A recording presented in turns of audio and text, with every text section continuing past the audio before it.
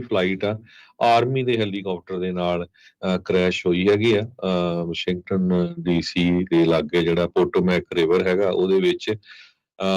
Unfortunately 14 ਦੇ ਕਰੀਬ ਬੱਚੇ ਸੀ ਜਿਹੜੇ ਸਕੇਟਿੰਗ ਕਰਨ ਜਾ ਰਹੇ ਸੀ। 2 ਜਣਿਆਂ ਦੀ ਮਦਰਸ ਵੀ ਸੀ, ਉਹਨਾਂ ਦੇ ਕੋਚ ਵੀ ਸੀ। ਇਹ ਕੈਂਸਸ ਤੋਂ ਜੋ ਫਲਾਈਟ ਆ ਉੱਥੇ ਜਾ ਰਹੀ ਸੀਗੀ। ਸਕੇਟਰ ਜਿੰਨਾ ਹਨ ਤੇ ਸਪੈਂਸਰ ਲੇਨ ਕਾਫੀ ਮਸ਼ਹੂਰ ਸਕੇਟਰ ਸੀਗੇ ਜਿਨ੍ਹਾਂ ਦੀ ਮੌਤ ਵੀ ਹੋ ਗਈ ਹੈਗੀ ਆ। CEO of skating club Boston ਜੋ ਆ ਉਹਨਾਂ ਨੇ ਇਹ ਦੱਸਿਆ ਹੈਗਾ। ਪ੍ਰੈਜ਼ੀਡੈਂਟ ਡੋਨਲਡ ਟਰੰਪ ਉਹਨਾਂ ਨੇ ਇਹ ਕਿਹਾ ਹੈ ਵੀ ਇਹਦੀ ਹਜੇ ਇਨਵੈਸਟੀਗੇਸ਼ਨ ਚੱਲ ਰਹੀ ਆ। ਆਪਾਂ ਇਹ ਤਾਂ ਨਹੀਂ ਦੱਸ ਸਕਦੇ ਵੀ ਕਿਹਦੇ ਕਰਕੇ ਹੋਇਆ ਐਕਸੀਡੈਂਟ, ਪਰ ਇਸ ਟਾਈਮ 15 ਸਾਲਾਂ ਬਾਅਦ ਅਮਰੀਕਾ ਦੇ ਵਿੱਚ ਇਦਾਂ ਦੀ ਜਿਹੜੀ ਆ ਅਣਸਕਾਮੀ ਘਟਨਾ ਜਿਹੜੀ ਆ ਪਲੇਨ ਦੀ ਉਹ ਵਾਪਰੀ ਹੈਗੀ ਆ। ਇਹ ਬਹੁਤ ਹੀ ਮੰਦਭਾਗੀ ਗੱਲ ਸੀਗੀ। 3 ਫੌਜੀ ਸੀਗੇ ਜਿਹੜੇ ਹੈਲੀਕਾਪਟਰ ਦੇ ਵਿੱਚ ਸਵਾਰ ਸੀਗੇ ਤੇ ਉਹ ਆਪਣੀ ਇੱਕ ਟ੍ਰੇਨਿੰਗ ਫਲਾਈਟ ਦੇ ਲਈ ਜਿਹੜਾ ਜਾ ਰਹੇ ਸੀ। ਜਿਹੜਾ ਵਾਸ਼ਿੰਗਟਨ ਦਾ ਏਅਰਪੋਰਟ ਆ ਉਹ ਨੈਸ਼ਨਲ ਏਅਰਪੋਰਟ ਆ, ਉਹ ਇੰਟਰਨੈਸ਼ਨਲ ਏਅਰਪੋਰਟ ਨਹੀਂ ਆ। ਉੱਥੇ ਅੰਤਰਰਾਸ਼ਟਰੀ ਜਿਹੜੀਆਂ ਉਡਾਨਾਂ ਆ ਉਹ ਨਹੀਂ ਆਉਂਦੀਆਂ, ਲੋਕਲ ਉਡਾਨਾਂ ਜਿਹੜੀਆਂ ਹੁੰਦੀਆਂ ਆ। ਇੱਕ ਜਿਹੜਾ ਛੋਟਾ ਜਹਾਜ਼ ਜਿਹੜਾ ਅਮਰੀਕਨ ਏਅਰਲਾਈਨਸ ਦੀ ਸਬਸਿਡਰੀ ਦਾ ਸੀਗਾ, ਜਿਸ ਦੇ ਵਿੱਚ ਜਿੱਦਾਂ ਤੁਸੀਂ ਦੱਸਿਆ ਵੀ 60 ਜਾਣੇ ਜਿਹੜੇ ਉਹ ਸਵਾਰ ਸੀਗੇ ਤੇ ਉਹਦੇ ਕਰਕੇ ਜਿਹੜੀ ਇਹ ਸਾਰੀ ਜਿਹੜੀ ਸਮੱਸਿਆ ਆ ਆਪਣੇ ਸਾਹਮਣੇ ਜਿਹੜੀ ਉਹ ਆਈ ਆਪਸ ਦੇ ਵਿੱਚ ਉਹ ਟਕਰਾ ਗਏ ਆ। ਤੇ ਕੱਲ ਜਿਹੜੀ ਰਾਤ ਤੱਕ ਸਰਚ ਐਂਡ ਰੈਸਕਿਊ ਆਪਰੇਸ਼ਨ ਸੀਗੇ। ਅੱਜ ਜਿਹੜੇ ਪ੍ਰੈਜ਼ੀਡੈਂਟ ਟਰੰਪ ਉਹਨਾਂ ਨੇ ਕਿਹਾ ਵੀ ਇਹ ਹੁਣ ਰਿਕਵਰੀ ਐਫਰਟ ਦੇ ਤੌਰ ਦੇ ਉੱਤੇ ਇਸ ਨੂੰ ਕੀਤਾ ਜਾ ਰਿਹਾ ਵੀ ਜੋ ਵੀ ਮਲਬਾ ਆ ਜਾਂ ਜਿਹੜੀਆਂ ਲਾਸ਼ਾਂ ਆ ਉਹਨਾਂ ਨੂੰ ਹੁਣ ਕੱਢਿਆ ਜਾ ਰਿਹਾ। ਸੋ ਉਸ ਜਿਹੜੇ ਹਾਦਸੇ ਦੇ ਵਿੱਚ ਕੋਈ ਵੀ ਸਰਵਾਈਵਰ ਨਹੀਂ ਬਚਿਆ ਹੈਗਾ। ਸੋ ਆਪਾਂ ਸ਼ਰਧਾਂਜਲੀ ਭੇਟ ਕਰਦੇ ਹਾਂ। ਪਤਾ ਨਹੀਂ ਲੱਗਦਾ ਹੁੰਦਾ, ਦੇਖੋ ਜੀ ਕਿੱਦਾਂ ਕਿਸ ਤਰੀਕੇ ਦੇ ਨਾਲ ਕਦੋਂ ਜ਼ਿੰਦਗੀ ਨੇ ਜਿਹੜਾ ਉਹ ਮੋੜ ਲੈ ਜਾਣਾ ਆ, ਕਿਵੇਂ ਜਿਹੜੀ ਇਹ ਚੀਜ਼ ਵਾਪਰ ਜਾਣੀ ਆ। ਸੋ ਬੜੀ ਮੰਦਭਾਗੀ ਘਟਨਾ ਜਿਹੜੀ ਆ ਇਹ ਵਾਪਰੀ ਹੈਗੀ ਆ। ਕਹਿੰਦੇ ਵੀ ਹੁਣ ਤੱਕ ਕਈ ਜਿਹੜੀਆਂ ਲਾਸ਼ਾਂ ਆ ਪੋਟੋਮਿਕ ਰਿਵਰ ਦੇ ਵਿੱਚੋਂ, ਦਰਿਆ ਦੇ ਵਿੱਚੋਂ ਕੱਢੀਆਂ ਜਾ ਚੁੱਕੀਆਂ ਆ। ਠੰਡ ਬਹੁਤ ਆ, ਫ੍ਰਿਜਡ ਵਾਟਰਸ ਨੇ ਤੇ ਸਰਵਾਈਵਰਸ ਹੋਣ ਦੇ ਜਿਹੜੇ ਉਹ ਚਾਂਸ ਘੱਟ ਸੀਗੇ, ਕਿਉਂਕਿ ਜਿਹੜੀ ਮਿਡ ਏਅਰ ਕੋਲੀਜਨ ਆਪਾਂ ਦੇਖੀ ਆ, ਜਿਹੜਾ ਅੱਗ ਦਾ ਗੋਲਾ ਉੱਥੇ ਉੱਭਰਦਾ ਉੱਥੋਂ ਆਪਾਂ ਦੇਖਿਆ ਆ, ਉਹ ਕੱਲ ਹੀ ਲੱਗ ਰਿਹਾ ਸੀਗਾ ਵੀ ਇਹ ਜਿਹੜੀ ਸਥਿਤੀ ਆ ਮਾੜੀ ਹੀ ਜਿਹੜੀ ਉਹ ਹੋਵੇਗੀ। ਸੋ ਕੋਈ ਵੀ ਸਰਵਾਈਵਰ ਨਹੀਂ। ਕੁੱਲ ਮਿਲਾ ਕੇ 67 ਜਾਣਿਆਂ ਦੀ ਕਹਿ ਸਕਦੇ ਹਾਂ ਵੀ ਇਸ ਦਰਦਨਾਕ ਹਾਦਸੇ ਦੇ ਵਿੱਚ ਮੌਤ ਹੋਈ ਆ। 2001 ਤੋਂ ਬਾਅਦ ਦੇ ਵਿੱਚ ਕਹਿੰਦੇ ਵੀ ਇਹ ਸਭ ਤੋਂ ਭਿਆਨਕ ਹਵਾਈ ਹਾਦਸਾ ਅਮਰੀਕਾ ਦੇ ਵਿੱਚ ਵਾਪਰਿਆ ਆ। ਅੱਜ 2 ਇੰਪੋਰਟੈਂਟ ਹੀਅਰਿੰਗ ਚੱਲ ਰਹੀਆਂ ਕਨਫਰਮੇਸ਼ਨ ਦੇ ਲਈ। ਇੱਕ ਤੁਲਸੀ ਗੈਬਟ ਦੀ ਆ, ਡਾਇਰੈਕਟਰ ਆਫ ਨੈਸ਼ਨਲ ਇੰਟੈਲੀਜੈਂਸ, ਜੋ ਸਨ 2024 ਤੱਕ ਪਹਿਲਾਂ ਉਹ ਡੈਮੋਕ੍ਰੇਟ ਸੀ, ਫਿਰ ਇੰਡੀਪੈਂਡੈਂਟ ਬਣੀ, ਫਿਰ ਰਿਪਬਲਿਕਨ ਪਾਰਟੀ ਉਸਨੇ ਜੁਆਇਨ ਕਰ ਲਈ। ਤੇ ਇੰਟੈਲੀਜੈਂਸ ਦੀ ਕੋਈ ਬੈਕਗਰਾਉਂਡ ਨਹੀਂ, ਪਰ ਐਜ਼ ਅ ਲਿeutenant ਕਰਨਲ ਉਸਨੇ US ਆਰਮੀ ਰਿਜ਼ਰਵ ਦੇ ਵਿੱਚ ਜੌਬ ਕੀਤੀ ਹੈਗੀ ਆ ਤੇ ਕਾਫੀ ਚਾਂਸਸ ਆ ਉਹਦੇ ਕਨਫਰਮੇਸ਼ਨ ਦੇ। ਇਸੇ ਤਰ੍ਹਾਂ ਕੈਸ਼ ਪਟੇਲ ਜੋ FBI ਦੇ ਜਿਨ੍ਹਾਂ ਦੇ ਅੰਡਰ FBI ਹੋਊਗੀ, ਉਹਨਾਂ ਨੂੰ ਜਿਹੜਾ ਉਹਨਾਂ ਦੀ ਹੀਅਰਿੰਗ ਵੀ ਇਸ ਟਾਈਮ ਚੱਲ ਰਹੀ ਹੈਗੀ ਆ। ਸੋ ਕਾਫੀ ਕੁਐਸਚਨ ਆ ਕੈਸ਼ ਪਟੇਲ ਦੇ ਉੱਤੇ ਵੀ, ਕਿਉਂਕਿ ਉਹ ਕਹਿੰਦੇ ਵੀ ਇਹ ਇੱਕ ਡੀਪ ਸਟੇਟ ਵਾਂਗ ਕੰਮ ਕਰਦੀ ਹੈ, ਇਹਦੇ ਚੋਂ ਬਹੁਤ ਕੁਛ ਸਪਾਈ ਕਰਨ ਵਾਲੀ ਆ, ਜਿਸ ਤਰ੍ਹਾਂ ਪ੍ਰੈਜ਼ੀਡੈਂਟ ਟਰੰਪ ਉਹਨਾਂ ਨੇ ਪਿਛਲੇ ਦਿਨਾਂ ਦੇ ਵਿੱਚ ਕਿਹਾ ਸੀ। FBI ਦੇ ਡਾਇਰੈਕਟਰ ਦੀ ਪੋਜੀਸ਼ਨ ਦੇ ਲਈ ਸੈਨੇਟ ਹੀਅਰਿੰਗ ਹੋਊਗੀ, ਜਿਹਦੇ 37,000 EMPLOYEES ਆ, 55 US ਦੇ ਫੀਲਡ ਆਫਿਸਰਸ ਆ, 350 ਸੈਟੇਲਾਈਟ ਆਫਿਸਰਸ ਆ, 60 ਬਾਹਰਲੇ ਮੁਲਕਾਂ ਦੇ ਵਿੱਚ ਕਵਰ ਜਿਹੜੇ ਕਰਦੇ ਹੈਗੇ ਆ 200 ਮੁਲਕਾਂ ਨੂੰ। ਸੋ 2 ਬੜੀਆਂ ਇੰਪੋਰਟੈਂਟ ਕਨਫਰਮੇਸ਼ਨ ਹੋਣੀਆਂ ਆ। ਸੋ ਉਹਨਾਂ ਦੀ ਬਾਬਤ ਸੈਨੇਟ ਹੀਅਰਿੰਗਸ ਚੱਲ ਰਹੀ ਜੀ। ਕੱਲ ਜਿਹੜੇ RFK ਜੂਨੀਅਰ ਜਿਹੜੇ ਆ ਉਹਨਾਂ ਦੀ ਹੀਅਰਿੰਗ ਹੋਈ ਸੀ, ਉਹ ਵੀ ਕਾਫੀ ਮਾਹੌਲ ਜਿਹੜਾ ਉਹ ਗਰਮਾਇਆ ਉਸ ਦੇ ਵਿੱਚ ਰਿਹਾ ਸੀਗਾ।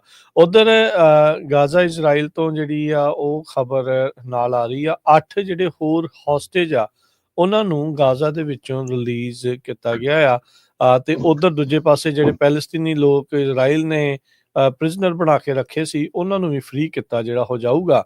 ਇਸ ਵਾਰ ਜਿਹੜੇ ਹੌਸਟੇਜਸ 8 ਹੋਏ ਆ, ਉਹਨਾਂ ਵਿੱਚੋਂ 3 ਇਜ਼ਰਾਈਲੀ ਤੇ 5 ਥਾਈ ਜਿਹੜੇ ਉਹ ਨੈਸ਼ਨਲ ਸੀਗੇ, ਉਹਨਾਂ ਨੂੰ ਉੱਥੋਂ ਜਿਹੜਾ ਉਹ ਛਡਾਇਆ ਗਿਆ ਹੈਗਾ ਆ। ਇਜ਼ਰਾਈਲੀ ਅਧਿਕਾਰੀਆਂ ਨੇ, ਅਥਾਰਟੀਜ਼ ਨੇ ਜਿਹੜਾ ਉਹ ਦੱਸਿਆ ਆ ਵੀ 110 ਜਿਹੜੇ ਪੈਲਸਤੀਨ ਪ੍ਰਿਜ਼ਨਰਸ ਆ ਉਹਨਾਂ ਨੂੰ ਇਸ ਦੇ ਬਦਲੇ ਛੱਡਿਆ ਜਿਹੜਾ ਉਹ ਜਾਣਾ ਆ। ਪਹਿਲੋਂ ਉਹ ਡਿਲੇ ਕਹਿੰਦੇ ਵੀ ਇਸ ਨੂੰ ਉਹਨਾਂ ਨੇ ਕਰ ਦਿੱਤਾ ਸੀਗਾ। ਕਹਿੰਦੇ ਵੀ ਕਾਫੀ ਕਾਇਓਟਿਕ ਸੀਨ ਜਿਹੜੇ ਆ ਉਹ ਬਣੇ ਸੀਗੇ। ਹੱਲਾ ਗੁੱਲਾ ਰੌਲਾ ਰੱਪਾ ਜਿਹੜਾ ਉਹ ਖਾਸਾ ਜਿਹੜਾ ਪਿਆ ਸੀ ਜਦੋਂ ਹੌਸਟੇਜ ਹੈਂਡਓਵਰ ਜਿਹੜਾ ਉਹ ਕੀਤਾ ਜਾ ਰਿਹਾ ਸੀਗਾ। ਇਜ਼ਰਾਈਲੀ ਜਿਹੜਾ ਸੋਲਜਰ ਅਗਾਮ ਬਰਗਰ ਉਹ ਪਹਿਲਾ ਸੀਗਾ ਜਿਸ ਨੂੰ ਹਮਾਸ ਨੇ ਜਿਹੜਾ ਉਹ ਛੱਡਿਆ ਸੀਗਾ। ਇਹਨਾਂ ਦੇ ਵਿੱਚ ਜਿਹੜੇ 2 ਜਰਮਨ ਇਜ਼ਰਾਈਲੀ ਹੌਸਟੇਜ ਆ ਉਹਨਾਂ ਨੂੰ ਵੀ ਛੱਡਿਆ ਗਿਆ ਆ। ਸੋ ਜਰਮਨੀ ਦੇ ਜਿਹੜੇ ਪ੍ਰੈਜ਼ੀਡੈਂਟ ਆ ਉਹਨਾਂ ਨੇ ਉਹਨਾਂ ਦੇ ਪਰਿਵਾਰਾਂ ਨੂੰ ਜਿਹੜਾ ਉਹ ਦੱਸਿਆ ਵੀ ਕਹਿੰਦੇ ਵੀ ਅੱਜ ਅਸੀਂ ਜਿਹੜੇ ਖੁਸ਼ ਆ ਵੀ ਜਿਹੜੇ ਬੰਧਕ ਬਣਾਏ ਗਏ ਸੀਗੇ ਗਾਜ਼ਾ ਦੇ ਦੁਆਰਾ ਇਹਨਾਂ ਬੰਦਿਆਂ ਨੂੰ ਵਾਪਸ ਜਿਹੜਾ ਉਹ ਛੱਡਿਆ ਗਿਆ ਆ। ਉਧਰ ਪੈਲਸਤੀਨ ਵਾਲੇ ਵੀ ਜਿਹੜੇ ਉਹ ਖੁਸ਼ ਆ ਵੀ ਉਹਨਾਂ ਦੇ ਜਿਹੜੇ ਬੰਦੇ ਉਹਨਾਂ ਨੇ ਕੈਦ ਕਰਕੇ ਰੱਖੇ ਸੀ ਇੱਕ ਦੇ ਬਦਲੇ ਕਈ ਜਿਹੜੇ ਆ ਉਹ 8-8 10-10 ਜਿਹੜੇ ਉਹ ਛਡਵਾਉਣ ਦੇ ਵਿੱਚ ਕਾਮਯਾਬ ਹੋ ਰਹੇ ਨੇ।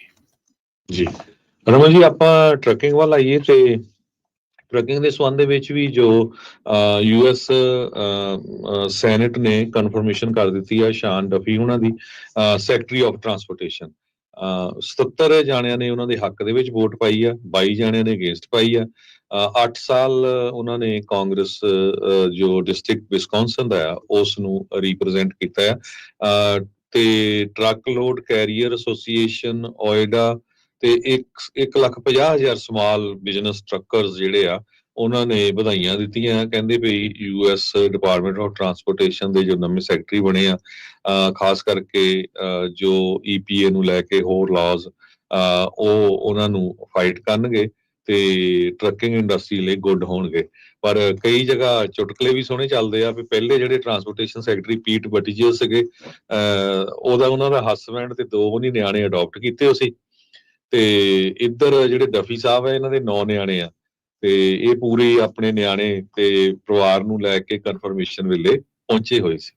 ਜੀ ਉਦਾਂ ਜੇ ਦੇਖਿਆ ਜਾਵੇ ਰਮਨ ਜੀ ਆਉਂਦੇ ਵਿਚਾਰਿਆਂ ਦੇ ਲਈ ਪਹਿਲੀ ਦੁਵਿਧਾ ਆ ਗਈ ਆ ਜਿੱਦਾਂ ਹੀ ਕਨਫਰਮ ਹੋਏ ਆ ਤੇ ਇੱਕ ਬਹੁਤ ਵੱਡਾ ਜਿਹੜਾ ਅਮਰੀਕਾ ਦੇ ਇਤਿਹਾਸ ਦੇ ਵਿੱਚ ਹਾਦਸਾ ਹੋ ਗਿਆ। ਇਵੈਂਚੁਅਲੀ ਇਹਨਾਂ ਦੇ ਡਿਪਾਰਟਮੈਂਟ ਆਫ ਟਰਾਂਸਪੋਰਟੇਸ਼ਨ ਦੇ ਅੰਡਰ NTSB ਉਹ ਸਾਰੀਆਂ ਚੀਜ਼ਾਂ ਜਿਹੜੀਆਂ ਉਹ ਆਉਂਦੀਆਂ ਆ ਆਉਂਦੇ ਹੀ ਇੱਕ ਕ੍ਰਾਈਸਿਸ ਦਾ ਜਿਹੜਾ ਇਹਨਾਂ ਨੂੰ ਸਾਹਮਣਾ ਕਰਨਾ ਪੈ ਰਿਹਾ ਹੈ।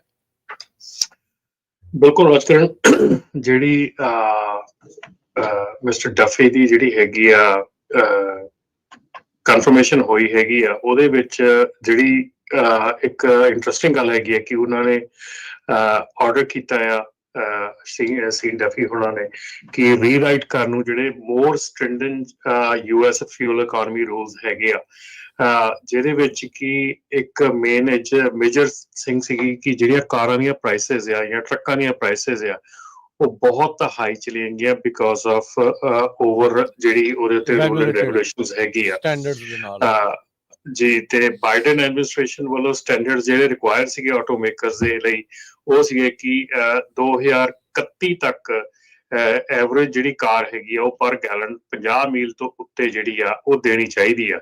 ਸੋ ਇਹ ਜਿਹੜੀਆਂ ਚੀਜ਼ਾਂ ਸੀਗੀਆਂ ਇਹ ਚੀਜ਼ਾਂ ਦੇ ਨਾਲ ਜਿਹੜੀਆਂ ਕਾਰਾਂ ਦੀਆਂ ਪ੍ਰਾਈਸਿਸ ਆ ਟਰੱਕਾਂ ਦੀਆਂ ਪ੍ਰਾਈਸਿਸ ਆ ਜਿਹੜੇ ਸਾਰੀਆਂ ਚੀਜ਼ਾਂ ਹੈਗੀਆਂ ਇਹਨਾਂ ਦੀਆਂ ਪ੍ਰਾਈਸਿਸ ਜਿਹੜੀਆਂ ਆ ਉਹ ਬਹੁਤ ਸਕਾਈਰੌਕਟ ਕਰ ਰਹੀਆਂ ਸੀਗੀਆਂ। ਤੇ ਜਿਹੜਾ ਸ਼ੀਨ ਡਫੀ ਹੋਣਾ ਦਾ ਜਿਹੜਾ ਇਹ ਹੈਗਾ ਕਿ ਰੀਰਾਈਟ ਕਰਨਾ ਜਿਹੜੇ ਰੂਲਸ ਹੈਗੇ ਆ ਕਿ ਜਿਹੜੇ ਟਰੱਕਾਂ ਦੇ ਲਈ ਰੂਲਸ ਵੀ ਸੀਗੇ ਕਿ ਤੁਸੀਂ ਜਿਹੜੇ ਇਲੈਕਟ੍ਰਿਕ ਟਰੱਕ ਬਾਏ ਕਰਨੇ ਹੈਗੇ ਆ ਜਾਂ ਇੱਦਾਂ ਦਾ ਜਿਹੜਾ ਐਮਿਸ਼ਨ ਸਟੈਂਡਰਡਸ ਕਰਨਾ ਹੈਗਾ ਸਾਰੀਆਂ ਸੋ ਉਹਨੂੰ ਰੀਰਾਈਟ ਕਰਨ ਨੂੰ ਕਹਿ ਦਿੱਤਾ ਆ। ਔਰ ਜਿਹੜੀ ਦੂਸਰੇ ਬੰਨੇ ਜਿਹੜੇ EPA ਦੇ ਚੀਫ ਹੈਗੇ ਆ ਉਹ ਵੀ ਬਦਲੇ ਜਾ ਚੁੱਕੇ ਆ ਉਹ ਵੀ ਚੇਂਜ ਹੋ ਚੁੱਕੇ ਆ। ਸੋ ਕਾਫੀ ਹੱਦ ਤੱਕ ਇਹ ਦੇਖਣ ਨੂੰ ਮਿਲੂਗਾ ਕਿ ਜਿਹੜੀਆਂ ਚੀਜ਼ਾਂ ਹੈਗੀਆਂ ਆ ਉਹ ਕਿੱਥੋਂ ਤੱਕ ਜਿਹੜੀਆਂ ਇਫੈਕਟਿਵ ਹੁੰਦੀਆਂ ਆ ਹੁਣ ਕਿਉਂਕਿ ਲਿਟਰਲੀ 365 ਡਿਗਰੀ ਦਾ ਟਰਨ ਹੈਗਾ ਜਿੱਥੇ ਕਿ ਬਾਈਡਨ ਐਡਮਿਨਿਸਟ੍ਰੇਸ਼ਨ ਜਿਹੜੀ ਆ ਉਹ ਇਲੈਕਟ੍ਰਿਕ ਕਾਰਾਂ ਤੇ ਇਲੈਕਟ੍ਰਿਕ ਟਰੱਕਾਂ ਵੱਲ ਨੂੰ ਜ਼ਿਆਦਾ ਝੁਕਾਅ ਸੀਗਾ ਜਿਹੜਾ এনवायरमेंट ਨੂੰ ਜ਼ਿਆਦਾ ਝੁਕਾਅ ਸੀਗਾ ਉਹਦੇ ਨਾਲ ਜਿਹੜੀਆਂ ਆਪਣੀ ਟਰੱਕਿੰਗ ਇੰਡਸਟਰੀ ਦੇ ਵਿੱਚ ਬਹੁਤ ਜ਼ਿਆਦੀਆਂ ਪ੍ਰੋਬਲਮਸ ਔਰ ਇਸ਼ੂਜ਼ ਆ ਰਹੇ ਹੈਗੇ ਸਿੰਸ 2009, 10, 11, 12 ਤੋਂ ਬਾਅਦ ਜਿਹੜੇ ਡੈਫ ਵਾਲੇ ਟਰੱਕ ਚੱਲੇ ਹੈਗੇ ਆ ਉਹ ਸਾਰਾ ਕੁਝ ਚੱਲਿਆ ਹੈਗਾ। ਸੋ ਉਹ ਆ ਰਿਹਾ ਹੈਗਾ ਉੱਥੇ ਹੁਣ ਜਿਹੜੀ ਟਰੰਪ ਐਡਮਿਨਿਸਟ੍ਰੇਸ਼ਨ ਹੈ ਉਹਨਾਂ ਵੱਲੋਂ ਟੋਟਲੀ ਟਰਨ ਲਿਆ ਗਿਆ ਕਿ ਉਹ ਫੋਸਲ ਫਿਊਲ ਵੱਲ ਨੂੰ ਜ਼ਿਆਦਾ ਧਿਆਨ ਦੇ ਰਹੇ ਆ।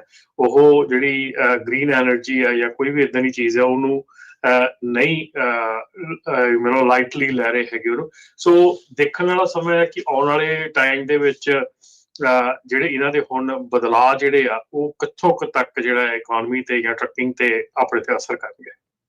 ਜੀ ਬਿਲਕੁਲ। ਲੀ ਜ਼ੈਲਡਨ ਜਿਹੜੇ ਆ ਉਹ EPA ਦੇ ਚੀਫ ਦੇ ਵਜੋਂ ਨਿਯੁਕਤ ਹੋਏ ਆ, ਤੇ ਸ਼ਾਨ ਡਫੀ ਜਿਹੜੇ ਆ ਇਹ ਟਰਾਂਸਪੋਰਟੇਸ਼ਨ ਨੂੰ ਜਿਹੜਾ ਲੈ ਕੇ ਜਿਹੜੀ ਚੀਜ਼ ਤੁਸੀਂ ਆਖੀ ਕਹਿੰਦੇ ਵੀ ਜਿਹੜੀ ਪੋਲਿਊਸ਼ਨ ਕਰਦੀਆਂ ਗੱਡੀਆਂ ਆ ਉਹ ਹੋਣਗੀਆਂ ਸਸਤੀਆਂ। ਸੋ ਆਪਾਂ ਰੈਗੂਲੇਸ਼ਨ ਜਿਹੜੀਆਂ ਇਸ ਬਾਬਤ ਘਟਾਉਣ ਜਿਹੜੀਆਂ ਹੋ ਜਾ ਰਹੇ ਆ। ਇੱਥੇ ਫਿਰ ਰਮਨ ਜੀ ਇੱਕ ਸਵਾਲ ਆ ਜਾਂਦਾ ਫਿਰ ਕਾਰਬ ਦਾ ਨਾਲ ਹੀ ਵੀ EPA ਵੱਖਰੇ ਰੈਗੂਲੇਸ਼ਨ ਹੁੰਦੇ ਆ, ਕਾਰਬ ਦੇ ਜਿਹੜੇ ਉਹ ਵੱਖਰੇ ਆ, 에ਅਰ ਰਿਸੋਰਸ ਬੋਰਡ ਦੇ ਜਿਹੜੇ ਆ ਉਹ ਵੱਖਰੇ ਹੋਣਗੇ। ਉਹ ਜਿਹੜਾ ਸਿੰਘ ਆ ਉਦਾਂ ਹੀ ਫਸੇ ਰਹਿਣੇ ਇਹਨਾਂ ਦੇ। ਬਿਲਕੁਲ ਰਾਜਕਰਨ, ਮੈਨੂੰ ਨਹੀਂ ਲੱਗਦਾ ਕਿ ਉਹਦੇ ਵਿੱਚ ਕੋਈ ਏਡਾ ਵੱਡਾ ਹੇਰਫੇਰ ਹੋਊਗਾ, ਬਦਲਾਅ ਹੋਊਗਾ, ਕਿਉਂਕਿ ਕੈਲੀਫੋਰਨੀਆ ਇੱਕ ਆਪਣੇ ਆਪ ਦੇ ਵਿੱਚ ਬੜੀ ਸਟਰੋਂਗ ਇਕਨੋਮੀ ਹੈਗੀ ਆ, ਔਰ ਇਹ ਕੈਲੀਫੋਰਨੀਆ ਜਿਹੜਾ ਹੈਗਾ ਕਿ ਇਹ ਇਸ ਚੀਜ਼ ਨੂੰ ਕਾਫੀ ਜਿਹੜਾ ਸਟਰੋਂਗਲੀ ਲੈਂਦਾ ਹੈਗਾ।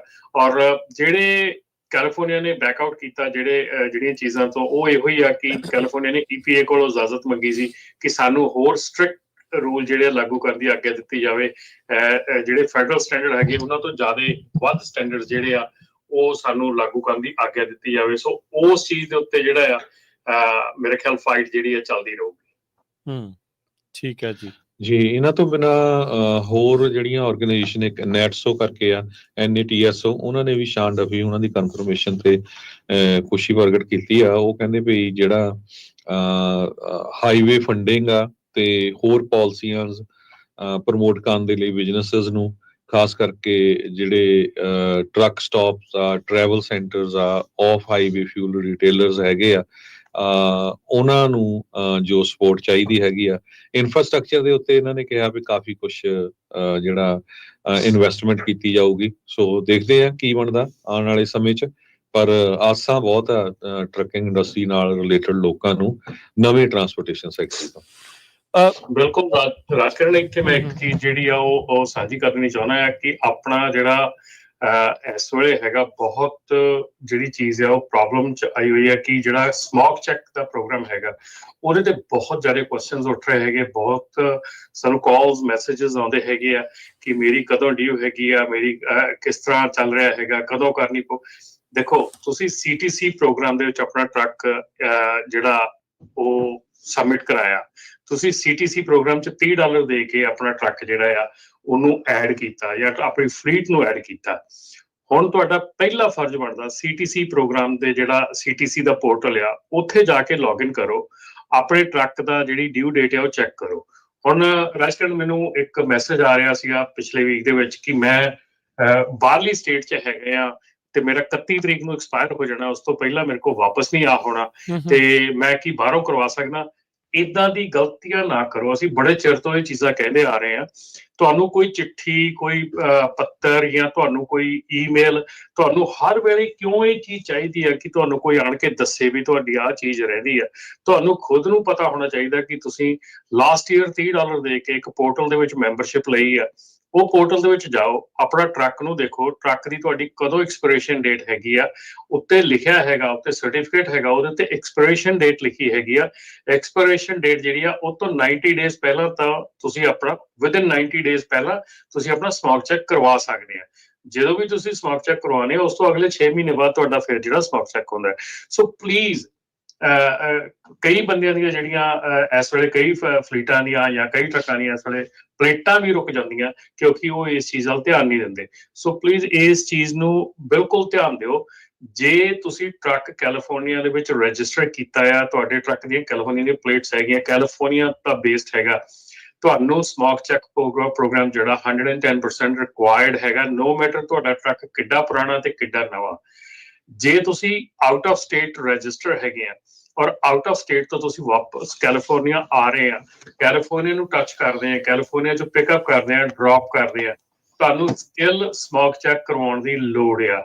ਸੋ ਇਹਦੇ ਵਿੱਚ ਦੋ ਰਾਏ ਨਹੀਂ ਹੋਣੀ ਚਾਹੀਦੀ। ਸਿਰਫ ਤੇ ਸਿਰਫ ਜੇ ਤੁਸੀਂ ਕੈਲੀਫੋਰਨੀਆ ਤੋਂ ਬਾਹਰ ਦੇ ਕੈਰੀਅਰ ਹੈਗੇ ਆ, ਮੰਨ ਲਓ ਕਿ ਤੁਸੀਂ ਇੰਡੀਅਨਾਪੋਲਿਸ ਦੇ ਕੈਰੀਅਰ ਹੈਗੇ ਆ, ਉੱਥੋਂ ਦੀ ਤੁਹਾਡੀ ਕੰਪਨੀ ਆ, ਉੱਥੋਂ ਦੀਆਂ ਪਲੇਟਾਂ ਉੱਥੋਂ ਦਾ, ਔਰ ਤੁਸੀਂ ਕਦੀ ਕੈਲੀਫੋਰਨੀਆ ਨਹੀਂ ਆਉਂਦੇ ਜਾਂ ਕੈਲੀਫੋਰਨੀਆ ਤੋਂ ਫਰੇਟ ਚੱਕਦੇ ਲਾਉਂਦੇ ਨਹੀਂਗੇ, ਤੁਹਾਨੂੰ ਸਮੋਕ ਚੈੱਕ ਕਰਵਾਉਣ ਦੀ ਲੋੜ ਨਹੀਂਗੀ।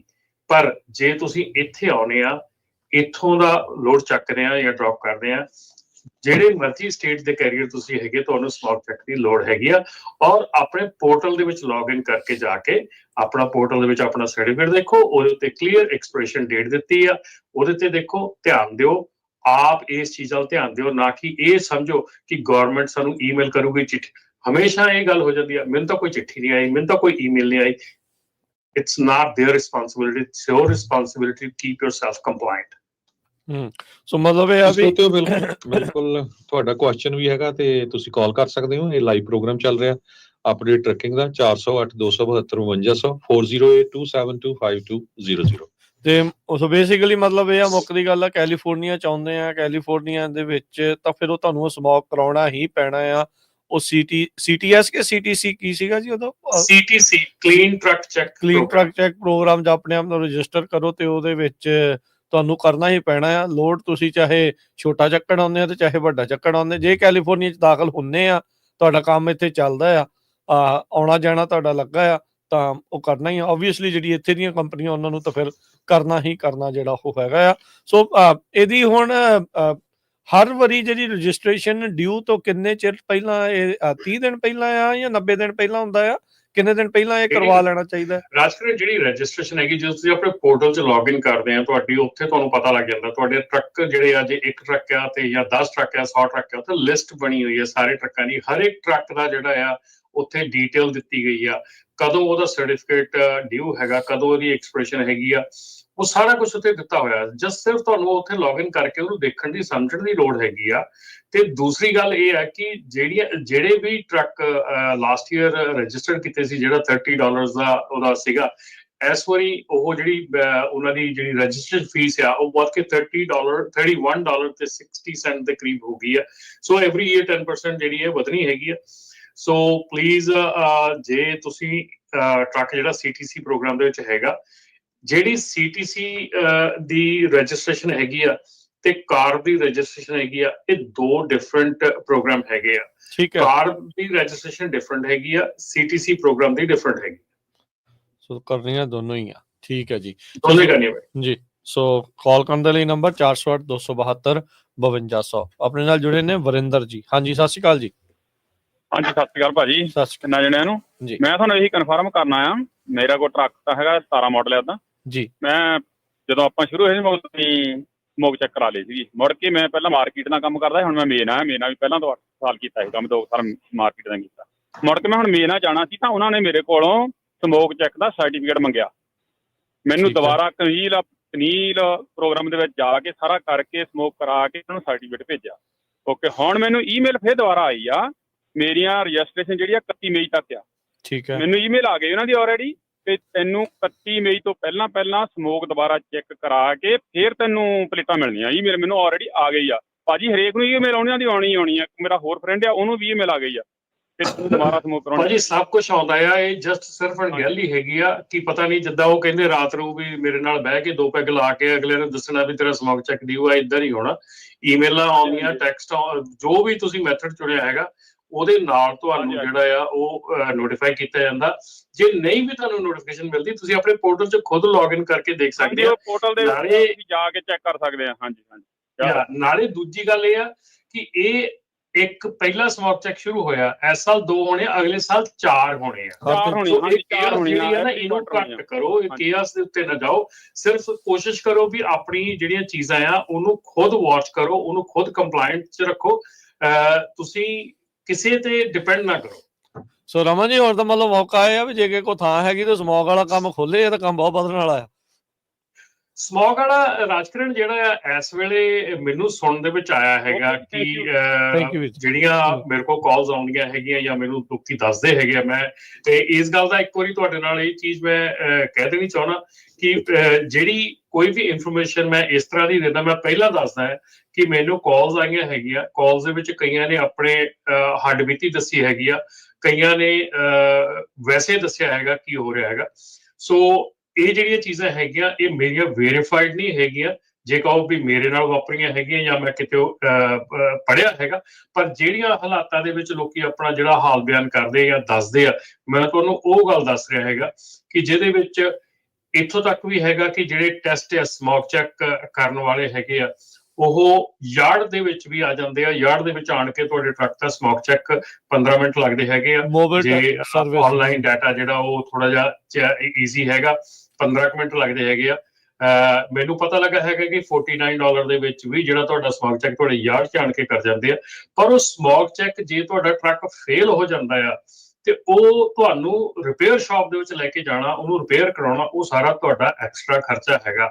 $49 ਦੇ ਵਿੱਚ ਜਾਂ $100 ਦੇ ਵਿੱਚ ਜਿਹੜਾ ਸਮੋਕ ਚੈੱਕ ਹੈਗਾ ਆ ਉਹ ਸਿਰਫ ਇੱਕ ਟੈਸਟ ਹੈਗਾ। ਜੇ ਤੁਹਾਡਾ ਟੈਸਟ ਪਾਸ ਨਹੀਂ ਹੋ ਰਿਹਾ ਹੈਗਾ ਤੇ ਤੁਸੀਂ ਪਹਿਲਾਂ ਅਗਲੇ ਨਾਲ ਗੱਲ ਕਰ ਸਕਦੇ ਆ ਕਿ ਜੇ ਜਿੰਨੀ ਦੇਰ ਤੱਕ ਮੇਰਾ ਟੈਸਟ ਪਾਸ ਨਹੀਂ ਹੁੰਦਾ ਤੁਸੀਂ ਸਮੋਕ ਚੈੱਕ ਕਰਨਾ ਹੈਗਾ। ਇਹ ਨਹੀਂ ਕਿ ਇੱਕ ਵਾਰੀ ਲਗਾ ਕੇ ਤੁਹਾਨੂੰ ਟਰੱਕ ਫੇਲ ਕਰਕੇ ਤੁਹਾਨੂੰ ਦੇ ਦਿੱਤਾ ਤੇ ਮੁੜ ਕੇ ਤੁਸੀਂ ਲਟਕ ਗਏ ਮਕੈਨਿਕ ਦੇ ਨਾਲ। ਸੋ ਕੋਸ਼ਿਸ਼ ਕਰੋ ਜੇ ਤੁਹਾਨੂੰ ਜਿਹਦੇ ਕੋਲ ਵੀ ਆ ਸਰਟੀਫਾਈਡ ਬੰਦੇ ਕੋਲੋਂ ਸਮੋਕ ਚੈੱਕ ਕਰਾਓ। ਸਰਟੀਫਾਈਡ ਦੇਖਣ ਵਾਸਤੇ ਤੁਸੀਂ ਜਿਹੜਾ ਕਲੀਨ ਟਰੱਕ ਚੈੱਕ ਦੇ ਸਾਈਟ ਤੇ ਜਾ ਸਕਦੇ ਆ। ਉੱਥੇ ਲਿਸਟ ਆਫ ਸਰਟੀਫਾਈਡ ਜਿਹੜੇ ਬੰਦੇ ਹੈਗੇ ਉਹਨਾਂ ਦੀਆਂ ਲਿਸਟ ਬਣੀ ਹੋਈ ਆ ਕਿ ਤੁਸੀਂ ਕਿੱਥੋਂ ਸਮੋਕ ਚੈੱਕ ਕਰਵਾ ਸਕਦੇ ਆ। ਸੋ ਪਲੀਜ਼ ਇਹ ਚੀਜ਼ਾਂ ਤੋਂ ਵੀ ਬਚੋ। ਔਰ ਇਹਦੇ ਨਾਲ ਇਹ ਵੀ ਖਬਰ ਮਿਲੀ ਆ ਕਿ ਫ੍ਰੈਜ਼ਨੋ ਏਰੀਆ ਦੇ ਵਿੱਚ $1000 ਤੋਂ ਲੈ ਕੇ $1500 ਦੇ ਵਿੱਚ ਸਮੋਕ ਚੈੱਕ ਜਿਹੜਾ ਕਲੀਅਰ ਹੋ ਰਿਹਾ ਹੈਗਾ। ਸੋ ਉਸ ਤੋਂ ਵੀ ਬਚੋ। ਜੇ ਉਹ ਚੀਜ਼ਾਂ ਹੈਗੀਆਂ ਤਾਂ ਉਸ ਤੋਂ ਵੀ ਬਚੋ। ਬਾਕੀ ਰਾਜਕਰਨ ਮੈਂ ਤੁਹਾਡੇ ਉਹਦੇ ਵਿੱਚ ਤਾਂ ਫਿਰ ਰਮਨ ਜੀ ਹੁਣ ਜਿਹੜੇ ਸੈਂਸਰ ਲੱਗੇ ਉਹਨਾਂ ਨੂੰ ਫਿਰ ਕਿੱਦਾਂ ਕਰ ਲੈਣਗੇ? ਚਲੋ ਇੱਕ ਵਾਰੀ ਤਾਂ ਬੰਦਾ ਕਰ ਲੂਗਾ ਵੀ ਕਿਸੇ ਦੇ ਜਾ ਕੇ OBD ਨਾਲ ਤਾਂ ਕਰ ਲਿਆ ਤੇ ਬਾਅਦ ਦੇ ਵਿੱਚ ਜਦੋਂ ਸੈਂਸਰ ਨੇ ਕੈਚ ਕੀਤੀ ਧੂਆਂ ਤਾਂ ਗੰਦਾ ਹੀ ਰਹਿਣਾ ਨਾ। ਨਹੀਂ ਮੈਂ ਤੁਹਾਨੂੰ ਉਹੀ ਗੱਲ ਦੱਸਣ ਲੱਗਾ। ਲਾਸਟ ਵੀਕ ਦੇ ਵਿੱਚ ਕਨਵਰ ਭਾਜੀ ਉਹਨਾਂ ਨੇ ਮੈਨੂੰ ਟੈਕਸਟ ਕਰਕੇ ਕਨਫਰਮ ਕੀਤਾ ਸੀਗਾ ਕਿ ਜਿਹੜਾ ਚੌਚਲਾ ਸਕੇਲ ਹੈਗਾ ਉਹਦੇ ਤੇ ਸਕੈਨਰ ਜਿਹੜੇ ਆ ਲੱਗੇ ਹੋਏ ਆ ਸਮੋਕ ਚੈੱਕ ਵਾਲੇ। ਸੋ ਜਿੰਨੇ ਵੀ ਸਕੇਲਸ ਹੈਗੇ ਆ, ਜਿੰਨੇ ਵੀ ਪੋਰਟ ਆਫ ਐਂਟਰੀਜ਼ ਹੈਗੇ ਆ, ਹੋਰ ਕਈ ਜਗ੍ਹਾ ਹੈਗੇ ਆ ਉੱਥੇ ਸਕੈਨਰਸ ਲੱਗ ਰਹੇ ਹੈਗੇ ਆ।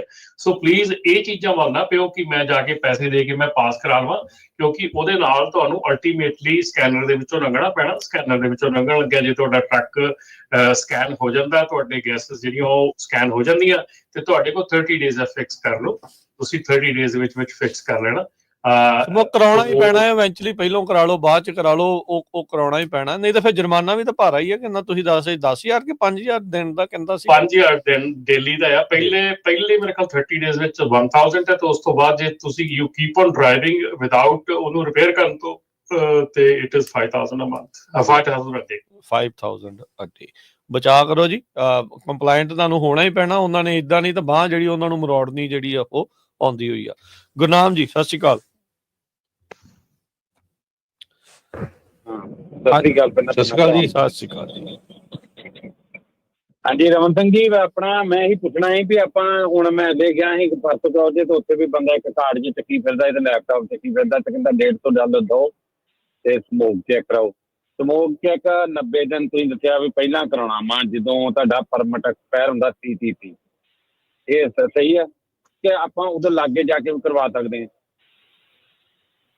ਦੇਖੋ ਤੁਸੀਂ ਲਾਗੇ ਜਾ ਕੇ ਵੀ ਕਰਵਾ ਸਕਦੇ। ਮੈਂ ਕਹਿੰਦਾ ਕਿ 30 ਡੇਜ਼ ਪਹਿਲਾਂ, ਐਟਲੀਸਟ 30 ਡੇਜ਼ ਪਹਿਲਾਂ ਕਰਵਾਓ। ਜੇ ਤੁਹਾਡਾ ਟਰੱਕ ਪਾਸ ਨਹੀਂ ਹੋ ਰਿਹਾ ਹੈਗਾ ਤਾਂ ਫਿਰ ਤੁਹਾਡੇ ਕੋਲ ਮੌਕਾ ਹੋਊਗਾ ਟਰੱਕ ਨੂੰ ਠੀਕ ਕਰਵਾਉਣ ਦਾ। ਜੇ ਤੁਸੀਂ ਇੱਕਦਮ ਨਜ਼ਦੀਕ ਜਾ ਕੇ ਕਰਵਾਓਗੇ, ਟਰੱਕ ਨਹੀਂ ਪਾਸ ਹੋਇਆ, ਦੈਨ ਤੁਹਾਨੂੰ ਟਰੱਕ ਖੜਾ ਕਰਨਾ ਪੈਣਾ ਟੂ ਮੇਕ ਸ਼ੋਰ ਕਿ ਉਹ ਜਿਹੜਾ ਪਾਸ ਹੋ ਜਾਵੇ। ਸੋ ਮੇਰੇ ਖਿਆਲ ਦੇ ਵਿੱਚ ਐਟਲੀਸਟ 30 ਡੇਜ਼ ਪਹਿਲਾਂ ਸਮੋਕ ਚੈੱਕ ਕਰਵਾਓ। ਬਾਕੀ ਮੈਂ ਤੁਹਾਨੂੰ ਕਿਹਾ ਕਿ ਕੋਈ ਵੀ ਅੱਜ ਕੱਲ ਬਹੁਤ ਜਣੇ ਜਿਹੜੇ ਆ ਉਹ ਸਮੋਕ ਚੈੱਕ ਦੇ ਵਿੱਚ ਉਹਨਾਂ ਨੇ ਲਾਇਸੈਂਸ ਲਏ ਹੈਗੇ ਆ।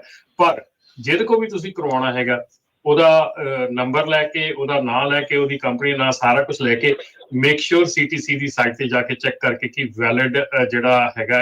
ਕਿਉਂਕਿ ਜਿਹੜਾ ਇਹ ਜਿਹੜਾ ਹੈਗਾ ਕੰਪਿਊਟਰ ਆ ਜਿਹੜਾ ਉਹਦਾ ਪਲੱਗਇਨ ਆ ਸਾਰਾ, ਇਹ ਨਾਰਮਲੀ ਜਿਹੜਾ ਮਕੈਨਿਕਸ ਕੋਲ ਪਹਿਲਾਂ ਹੁੰਦੀਆਂ ਹੀ ਇਹ ਚੀਜ਼ਾਂ ਜਿਹੜੀਆਂ ਚੀਜ਼ਾਂ ਜਿਹਦੇ ਚ ਤੁਹਾਡਾ ਟਰੱਕ ਡਾਇਗਨੋਸ ਕੀਤਾ ਜਾਂਦਾ, ਇਹ ਉਹੀ ਚੀਜ਼ ਹੈਗੀ ਆ। ਸਿਰਫ ਇਹ ਕਿ ਇਹਦੇ ਵਿੱਚ ਰੀਡਿੰਗਸ ਡਿਫਰੈਂਟ ਆ ਰਹੀਆਂ ਹੈਗੀਆਂ। ਕਾਰਡ ਦੇ ਨਾਲ ਉਹਨਾਂ ਨੇ ਅਕਾਊਂਟ ਖੋਲਿਆ ਹੁੰਦਾ। ਸੋ ਜਿਹੜਾ ਟਰੱਕ ਤੁਹਾਡਾ, ਇਹਦੇ ਵਿੱਚ ਇਹ ਵੀ ਇੱਕ ਚੀਜ਼ ਹੈਗੀ ਆ ਕਿ ਤੁਸੀਂ ਟਰੱਕ ਨੂੰ ਪ੍ਰੀ ਚੈੱਕ ਕਰਵਾ ਸਕਦੇ ਕਿ ਮੇਰਾ ਟਰੱਕ ਪਾਸ ਹੋਣਾ ਕਿ ਨਹੀਂ ਹੋਣਾ। ਇਹ ਵੀ ਤੁਸੀਂ ਆਪਸ਼ਨ ਮੇਰੇ ਖਿਆਲ ਹੈਗੀ ਆ ਉਹਦੇ ਵਿੱਚ ਕਿ ਤੁਸੀਂ ਪਹਿਲਾਂ ਚੈੱਕ ਕਰ ਸਕਦੇ ਆ। ਜੇ ਤੁਹਾਡਾ ਟਰੱਕ ਨਹੀਂ ਪਾਸ ਹੋਣਾ, ਬਿਫੋਰ ਤੁਸੀਂ DMV ਦੇ ਨਾਲ ਕਨੈਕਟ ਕਰਕੇ ਉਹਨੂੰ ਪਾਸ ਆਨ ਕਰੋ, ਉਹਨੂੰ ਪਹਿਲਾਂ ਰਿਪੇਅਰ ਕਰਵਾ ਲਓ, ਫਿਰ ਉਹਦਾ ਟੈਸਟ ਕਰਵਾਓ। ਜੇ ਤੁਹਾਡਾ ਟਰੱਕ ਪਾਸ ਹੁੰਦਾ ਆ ਦੈਨ ਉਹਨਾਂ ਨੂੰ ਕਨੈਕਟ ਕਰਕੇ DMV ਦੇ ਨਾਲ ਤੁਸੀਂ ਕਰ ਸਕਦੇ ਆ। ਮੇਰੇ ਖਿਆਲ ਦੇ ਵਿੱਚ ਇਹਦੇ ਲਈ ਵੀ ਜੇ ਕੋਈ ਸਮੋਕ ਚੈੱਕ ਵਾਲੇ ਜਿਹੜੇ ਹੈਗੇ ਆ ਸਾਡਾ ਸੁਣਦੇ ਆ ਪ੍ਰੋਗਰਾਮ, ਉਹ ਕਲੀਅਰ ਕਰ ਸਕਦੇ ਕਿ ਇਦਾਂ ਦੀਆਂ ਆਪਸ਼ਨਸ ਹੈਗੀਆਂ। ਮੈਂ ਕੁਛ ਇੱਕ ਜਣਿਆਂ ਕੋਲ ਇਦਾਂ ਦੀ ਆਪਸ਼ਨ ਸੁਣੀਆਂ ਹੈਗੀਆਂ, ਪਰ ਮੈਨੂੰ ਇਹ ਕਲੈਰਿਟੀ ਨਹੀਂ ਹੈਗੀ ਕਿ ਇਦਾਂ ਦੀ ਕੋਈ ਆਪਸ਼ਨ ਹੈਗੀ ਆ ਕਿ ਜਿੱਥੇ ਤੁਸੀਂ ਪਹਿਲਾਂ ਆਪਣਾ ਟਰੱਕ ਜਿਹੜਾ ਆ ਉਹ ਚੈੱਕ ਕਰਵਾ ਕੇ ਦੇਖ ਸਕਦੇ ਆ ਕਿ ਉਹ ਪਾਸ ਹੁੰਦਾ ਕਿ ਨਹੀਂ ਹੁੰਦਾ। ਬਟ ਡੈਫੀਨੇਟਲੀ ਜਿਹੜੀ ਚੀਜ਼ ਆ ਇਹ ਆਉਣ ਵਾਲੇ ਸਮੇਂ ਦੇ ਵਿੱਚ ਕੇਓਸ ਬਣਨ ਵਾਲੀ ਆ, ਪਰ ਜੇ ਤੁਸੀਂ ਥੋੜਾ ਜਿਹਾ ਧਿਆਨ ਦੇ ਨਾਲ ਚੱਲੋ ਤੇ ਸ਼ਾਇਦ ਇਹਦੇ ਵਿੱਚ ਐਡੀ ਕੋਈ ਪ੍ਰੋਬਲਮ ਜਿਹੜੀ ਆ ਉਹ ਨਾ ਆਵੇ। ਜੀ ਇੱਕ ਸਵਾਲ ਹੋਰ ਹੈ ਜੀ, ਆਪਾਂ ਕੈਲੀਫੋਰਨੀਆ ਰਹਿੰਦੇ ਤੇ ਕੈਲੀਫੋਰਨੀਆ ਕਿਸੇ ਪਾਰਟ 'ਚ ਆਪਾਂ ਚੈੱਕ ਕਰਾ ਸਕਦੇ ਹਾਂ? ਹਾਂਜੀ, ਕਿਤੇ ਵੀ ਤੁਸੀਂ ਚੈੱਕ ਕਰਵਾ ਸਕਦੇ ਹੋ। ਠੀਕ ਹੈ ਜੀ, ਥੈਂਕ ਯੂ ਸੋ ਮਚ ਸੰਨਾ ਭਰਾਵਾਂ ਦਾ ਜੀ, ਮਿਹਰਬਾਨੀ। Thank you.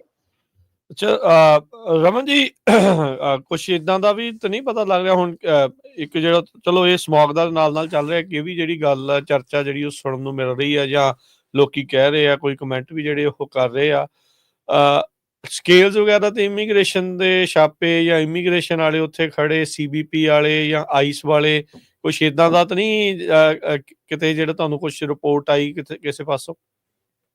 ਨਹੀਂ, ਮੈਂ ਇਦਾਂ ਦੀ ਕੋਈ ਰਿਪੋਰਟ ਤਾਂ ਨਹੀਂ ਸੁਣੀ ਹੈਗੀ ਕਿ ਕੋਈ ਇਦਾਂ ਦੀ ਚੀਜ਼ ਜਿਹੜੀ ਆ ਸਕੇਲਸ ਦੇ ਉੱਤੇ ਹੈਗੀ ਆ, ਕਿਉਂਕਿ ਇਹ ਜਿਹੜਾ ਸਿਸਟਮ ਹੈਗਾ ਨਾ ਰਾਜਕਰਨ, ਇਹ ਸਾਡੀ ਸਪਲਾਈ ਚੇਨ ਹੈਗੀ ਆ, ਔਰ ਸਪਲਾਈ ਚੇਨ ਨੂੰ ਡਿਸਰਪਟ ਕਰਨ ਤੋਂ ਪਹਿਲਾਂ ਮੇਰੇ ਖਿਆਲ ਬਹੁਤ ਵਾਰੀ ਸੋਚਿਆ ਜਾਊਗਾ ਕਿ ਇਦਾਂ ਦੀ ਕੋਈ ਚੀਜ਼ ਹੁੰਦੀ ਹੈ। ਆਈ ਡੋਨਟ ਥਿੰਕ ਫਾਰਮ ਦੇ ਵਿੱਚ ਤਾਂ ਰਮਨ ਜੀ ਹੋ ਹੀ ਗਿਆ, ਫਾਰਮ ਵਾਲੇ ਤਾਂ ਵਿਚਾਰੇ ਉਹ ਡਰਦੇ ਨਹੀਂ ਆ ਰਹੇ, 70% ਲੋਕ ਕਹਿੰਦੇ ਕੰਮ ਤੇ ਨਹੀਂ ਆ ਰਹੇ, ਉਹ ਵੀ ਚਰਚਾ ਬਣੀ ਹੈ। ਪ੍ਰੋਬਲਮ ਕੀ ਆ ਕਿ ਹੁਣ ਆਪਾਂ ਕਿੰਨੇ ਚਿਰ ਤੋਂ ਆਪਾਂ ਇਹ ਪ੍ਰੋਗਰਾਮ ਕਰ ਰਹੇ ਹਾਂ, ਔਰ ਇਸ ਪ੍ਰੋਗਰਾਮ ਦੇ ਵਿੱਚ ਆਪਾਂ ਕਹਿ ਰਹੇ ਹਾਂ ਕਿ ਤੁਸੀਂ ਕਈ ਜਿਹੜੇ ਕ੍ਰਾਈਮ ਹੈਗੇ ਆ, ਕਈ ਜਿਹੜੀਆਂ ਚੀਜ਼ਾਂ ਹੈਗੀਆਂ ਤੁਸੀਂ ਟਰੱਕਿੰਗ ਦੇ ਵਿੱਚ ਵੀ ਐਸੀਆਂ ਕਰ ਰਹੇ ਹੈਗੇ ਜਿਹੜੀਆਂ ਫੈਡਰਲ ਅਫੈਂਸ ਹੈਗੇ ਆ।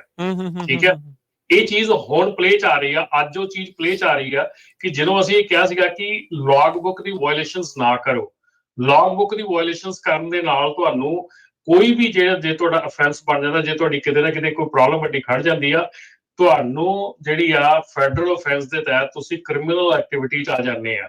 So that is subject of removal right now. So ਉਹ ਜਿਹੜੀ ਆ ਡਿਪੋਰਟੇਸ਼ਨ ਦਾ ਰੀਜ਼ਨ ਬਣ ਸਕਦੀ ਆ।